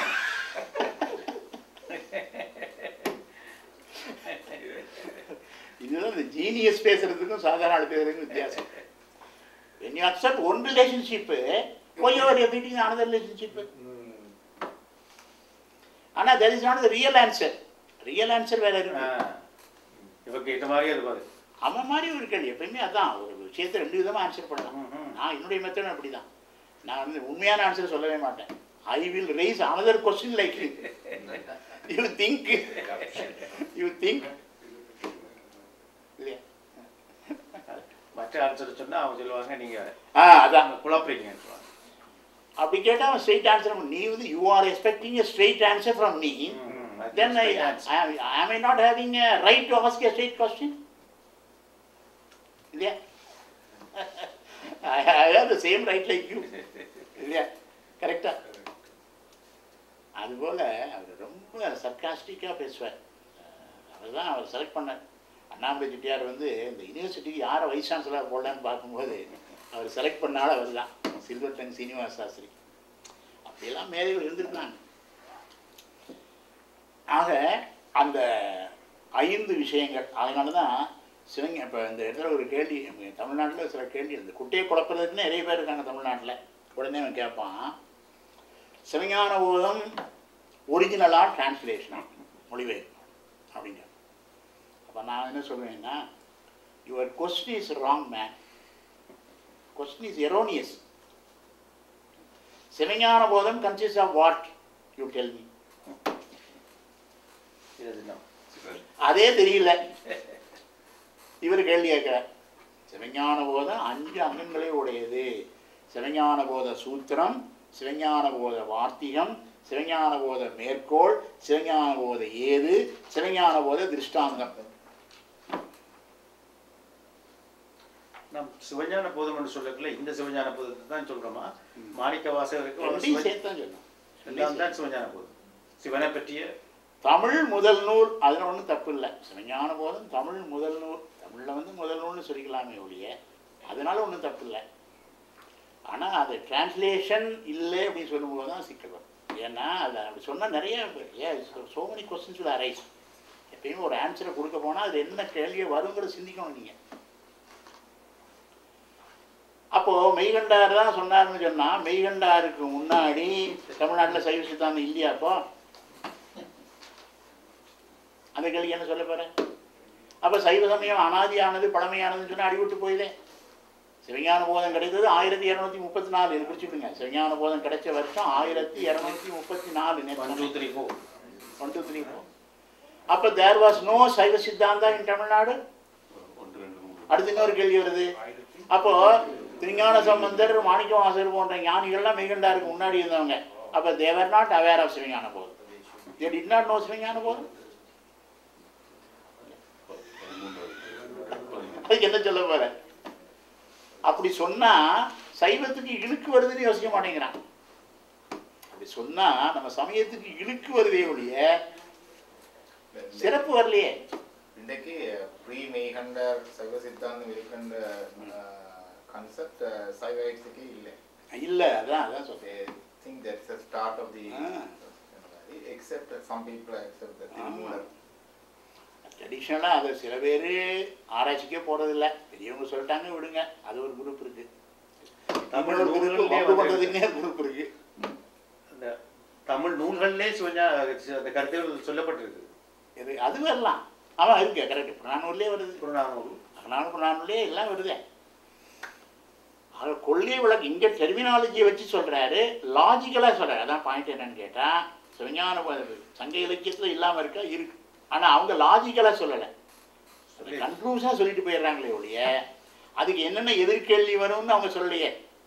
தர்க்க ரீதியாகத்தான் இவர் சொல்லியிருக்காரு. தர்க்க ரீதியாக அளவை நெறியில வந்து விளக்கிறது தான். அதனால தான் அளவை நூலின் இயல் உணர்ந்தோரைன்னு சொல்றார். அது எழுதுவார் சுவாமி எழுதும்போது, அந்த அவனவள் அது என்னும் என்பனார் புலவர்னு முடிக்கிறாரு. சரி நாளைக்கு உண்டியா? அப்போ 5 மணிக்கு முந்திக்கே இருப்பார்.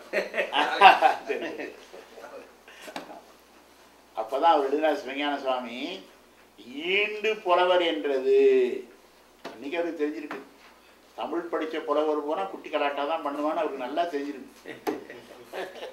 அவன் தான் கடவுள் இல்லைன்னு சொல்ல போறான், தமிழ் படித்தவன் தான் கடவுள் இல்லைன்னு சொல்ல போறான்.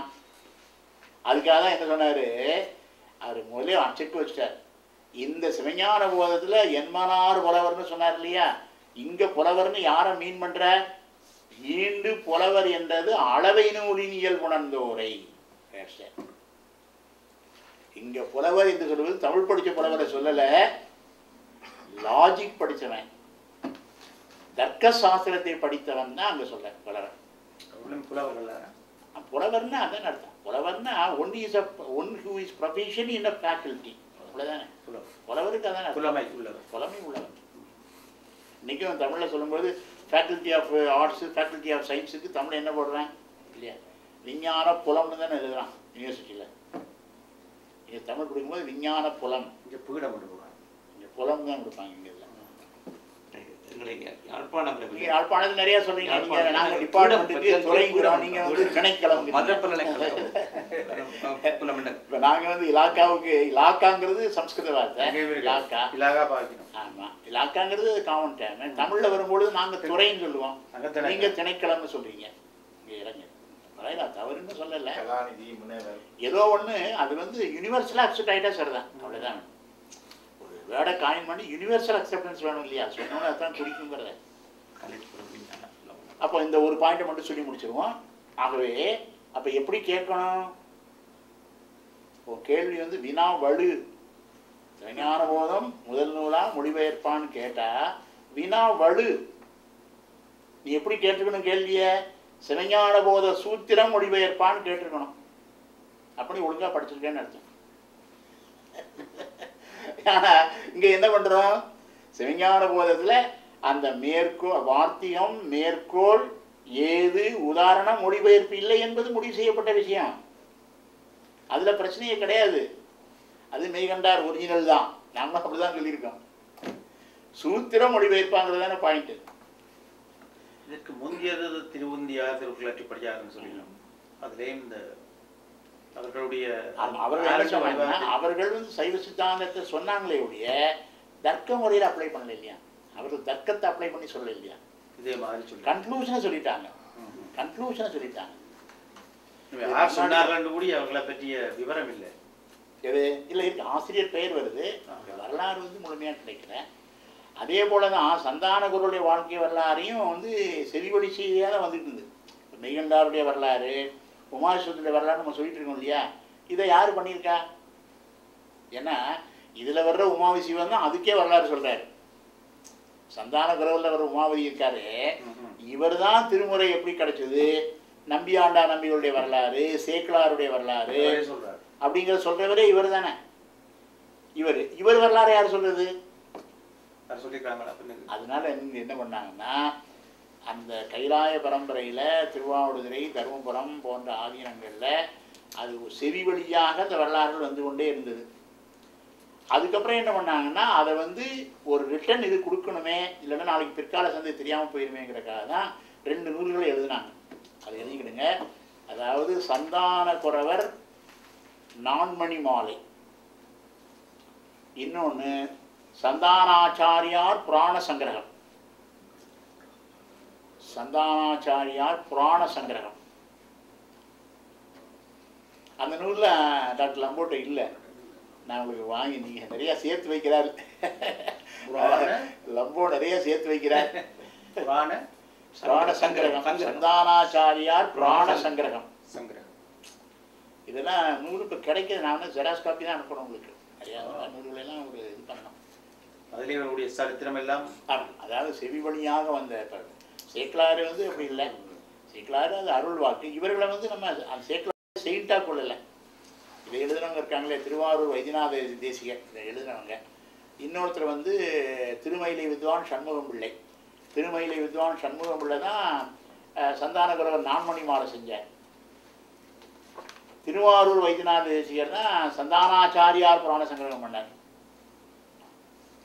அதில் தான் என்ன பண்ணாங்கன்னா அந்த செவிவழி செய்தியாக கர்ண பரம்பரையாக வந்தவற்றையெல்லாம் ஒரு எழுத்து வடிவம் கொடுத்து இப்போ அதுதான் அத்தாரிட்டி இப்போதைக்கு மெய்கண்டாருடைய வாழ்க்கைக்கும் சந்தானருடைய வாழ்க்கைக்கும் அதுதான் பிரமாணம். அதை வைத்துக்கொண்டு தான் பேச முடியும். அப்போது வினா வலு சிவஞான போத சூத்திரம் மொழிபெயர்ப்பான்னு கேட்டால் நீ ஏதோ அதான் அந்த கான்ட்ரவர்சியை புரிஞ்சு கேட்குறேன்னு அர்த்தம் இல்லையா? சிவஞான போத மொழிபெயர்ப்பான்னு கேட்டால் நீ உனக்கு கான்ட்ரவர்சி என்னன்னே புரியல. இதெல்லாம் அந்த முழுக்கங்கள் இதுவுமே என்னத்தையோ அரைகுறையா எங்கேயோ படிச்சுட்டு இங்கே வந்து என்னத்தையோ தெரிஞ்ச மாதிரி ஒரு கேள்வி கேட்பான்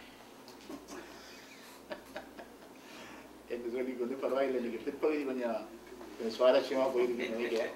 சில சமயத்தில் அது அமைகிறத பொறுத்து இருக்கு என்று சொல்லிக்கொண்டு அப்போ நாளை வந்து 5 மணிக்கே வந்துடலாம். நீங்கள் நாளைக்கும் இருக்குது. கொஞ்சம் மக்கள் வருவதற்கு முன்னாடி கொஞ்சம் நம்ம கொஞ்சம் நமக்குள்ளே ஏதாவது சில ஐயங்கள் இருந்தால் தீர்த்து கொள்ளலாம். இன்னொரு நாளைக்கு நான் டாக்டர்கிட்ட சொல்லியிருக்கேன் ஏற்கனவே, அந்த ஆரியமும் தமிழும் அப்படிங்கிற ஒரு விஷயம் ரொம்ப முக்கியமான ஒரு விஷயம். ஏன்னா அது வந்து நம்ம சமயத்தில் ரொம்ப குழப்பத்தை ஏற்படுத்தி கொண்டு வருகிறது. ஆரியமும் தமிழும் அதை பற்றி ஒரு வகுப்பு எடுக்கணும்னு நினச்சிருக்கேன். அது வந்து கொஞ்சம் என்னென்ன செய்திகளை சொல்லலாம், நிறையா சொல்ல வேண்டிய செய்திகள் இருக்குது. அதை வந்து சைவ மரபு எப்படி கொள்கிறது என்பதையும் இந்த ஆராய்ச்சியாளர்கள் என்ற பெயர்னால நிறைய இன்னைக்கு குட்டையை குழப்பிட்டு இருக்காங்க. எது வேணாலும் ஆராய்ச்சி பண்ணலாம், அப்படி ஆகிப்போச்சு இன்னைக்கு.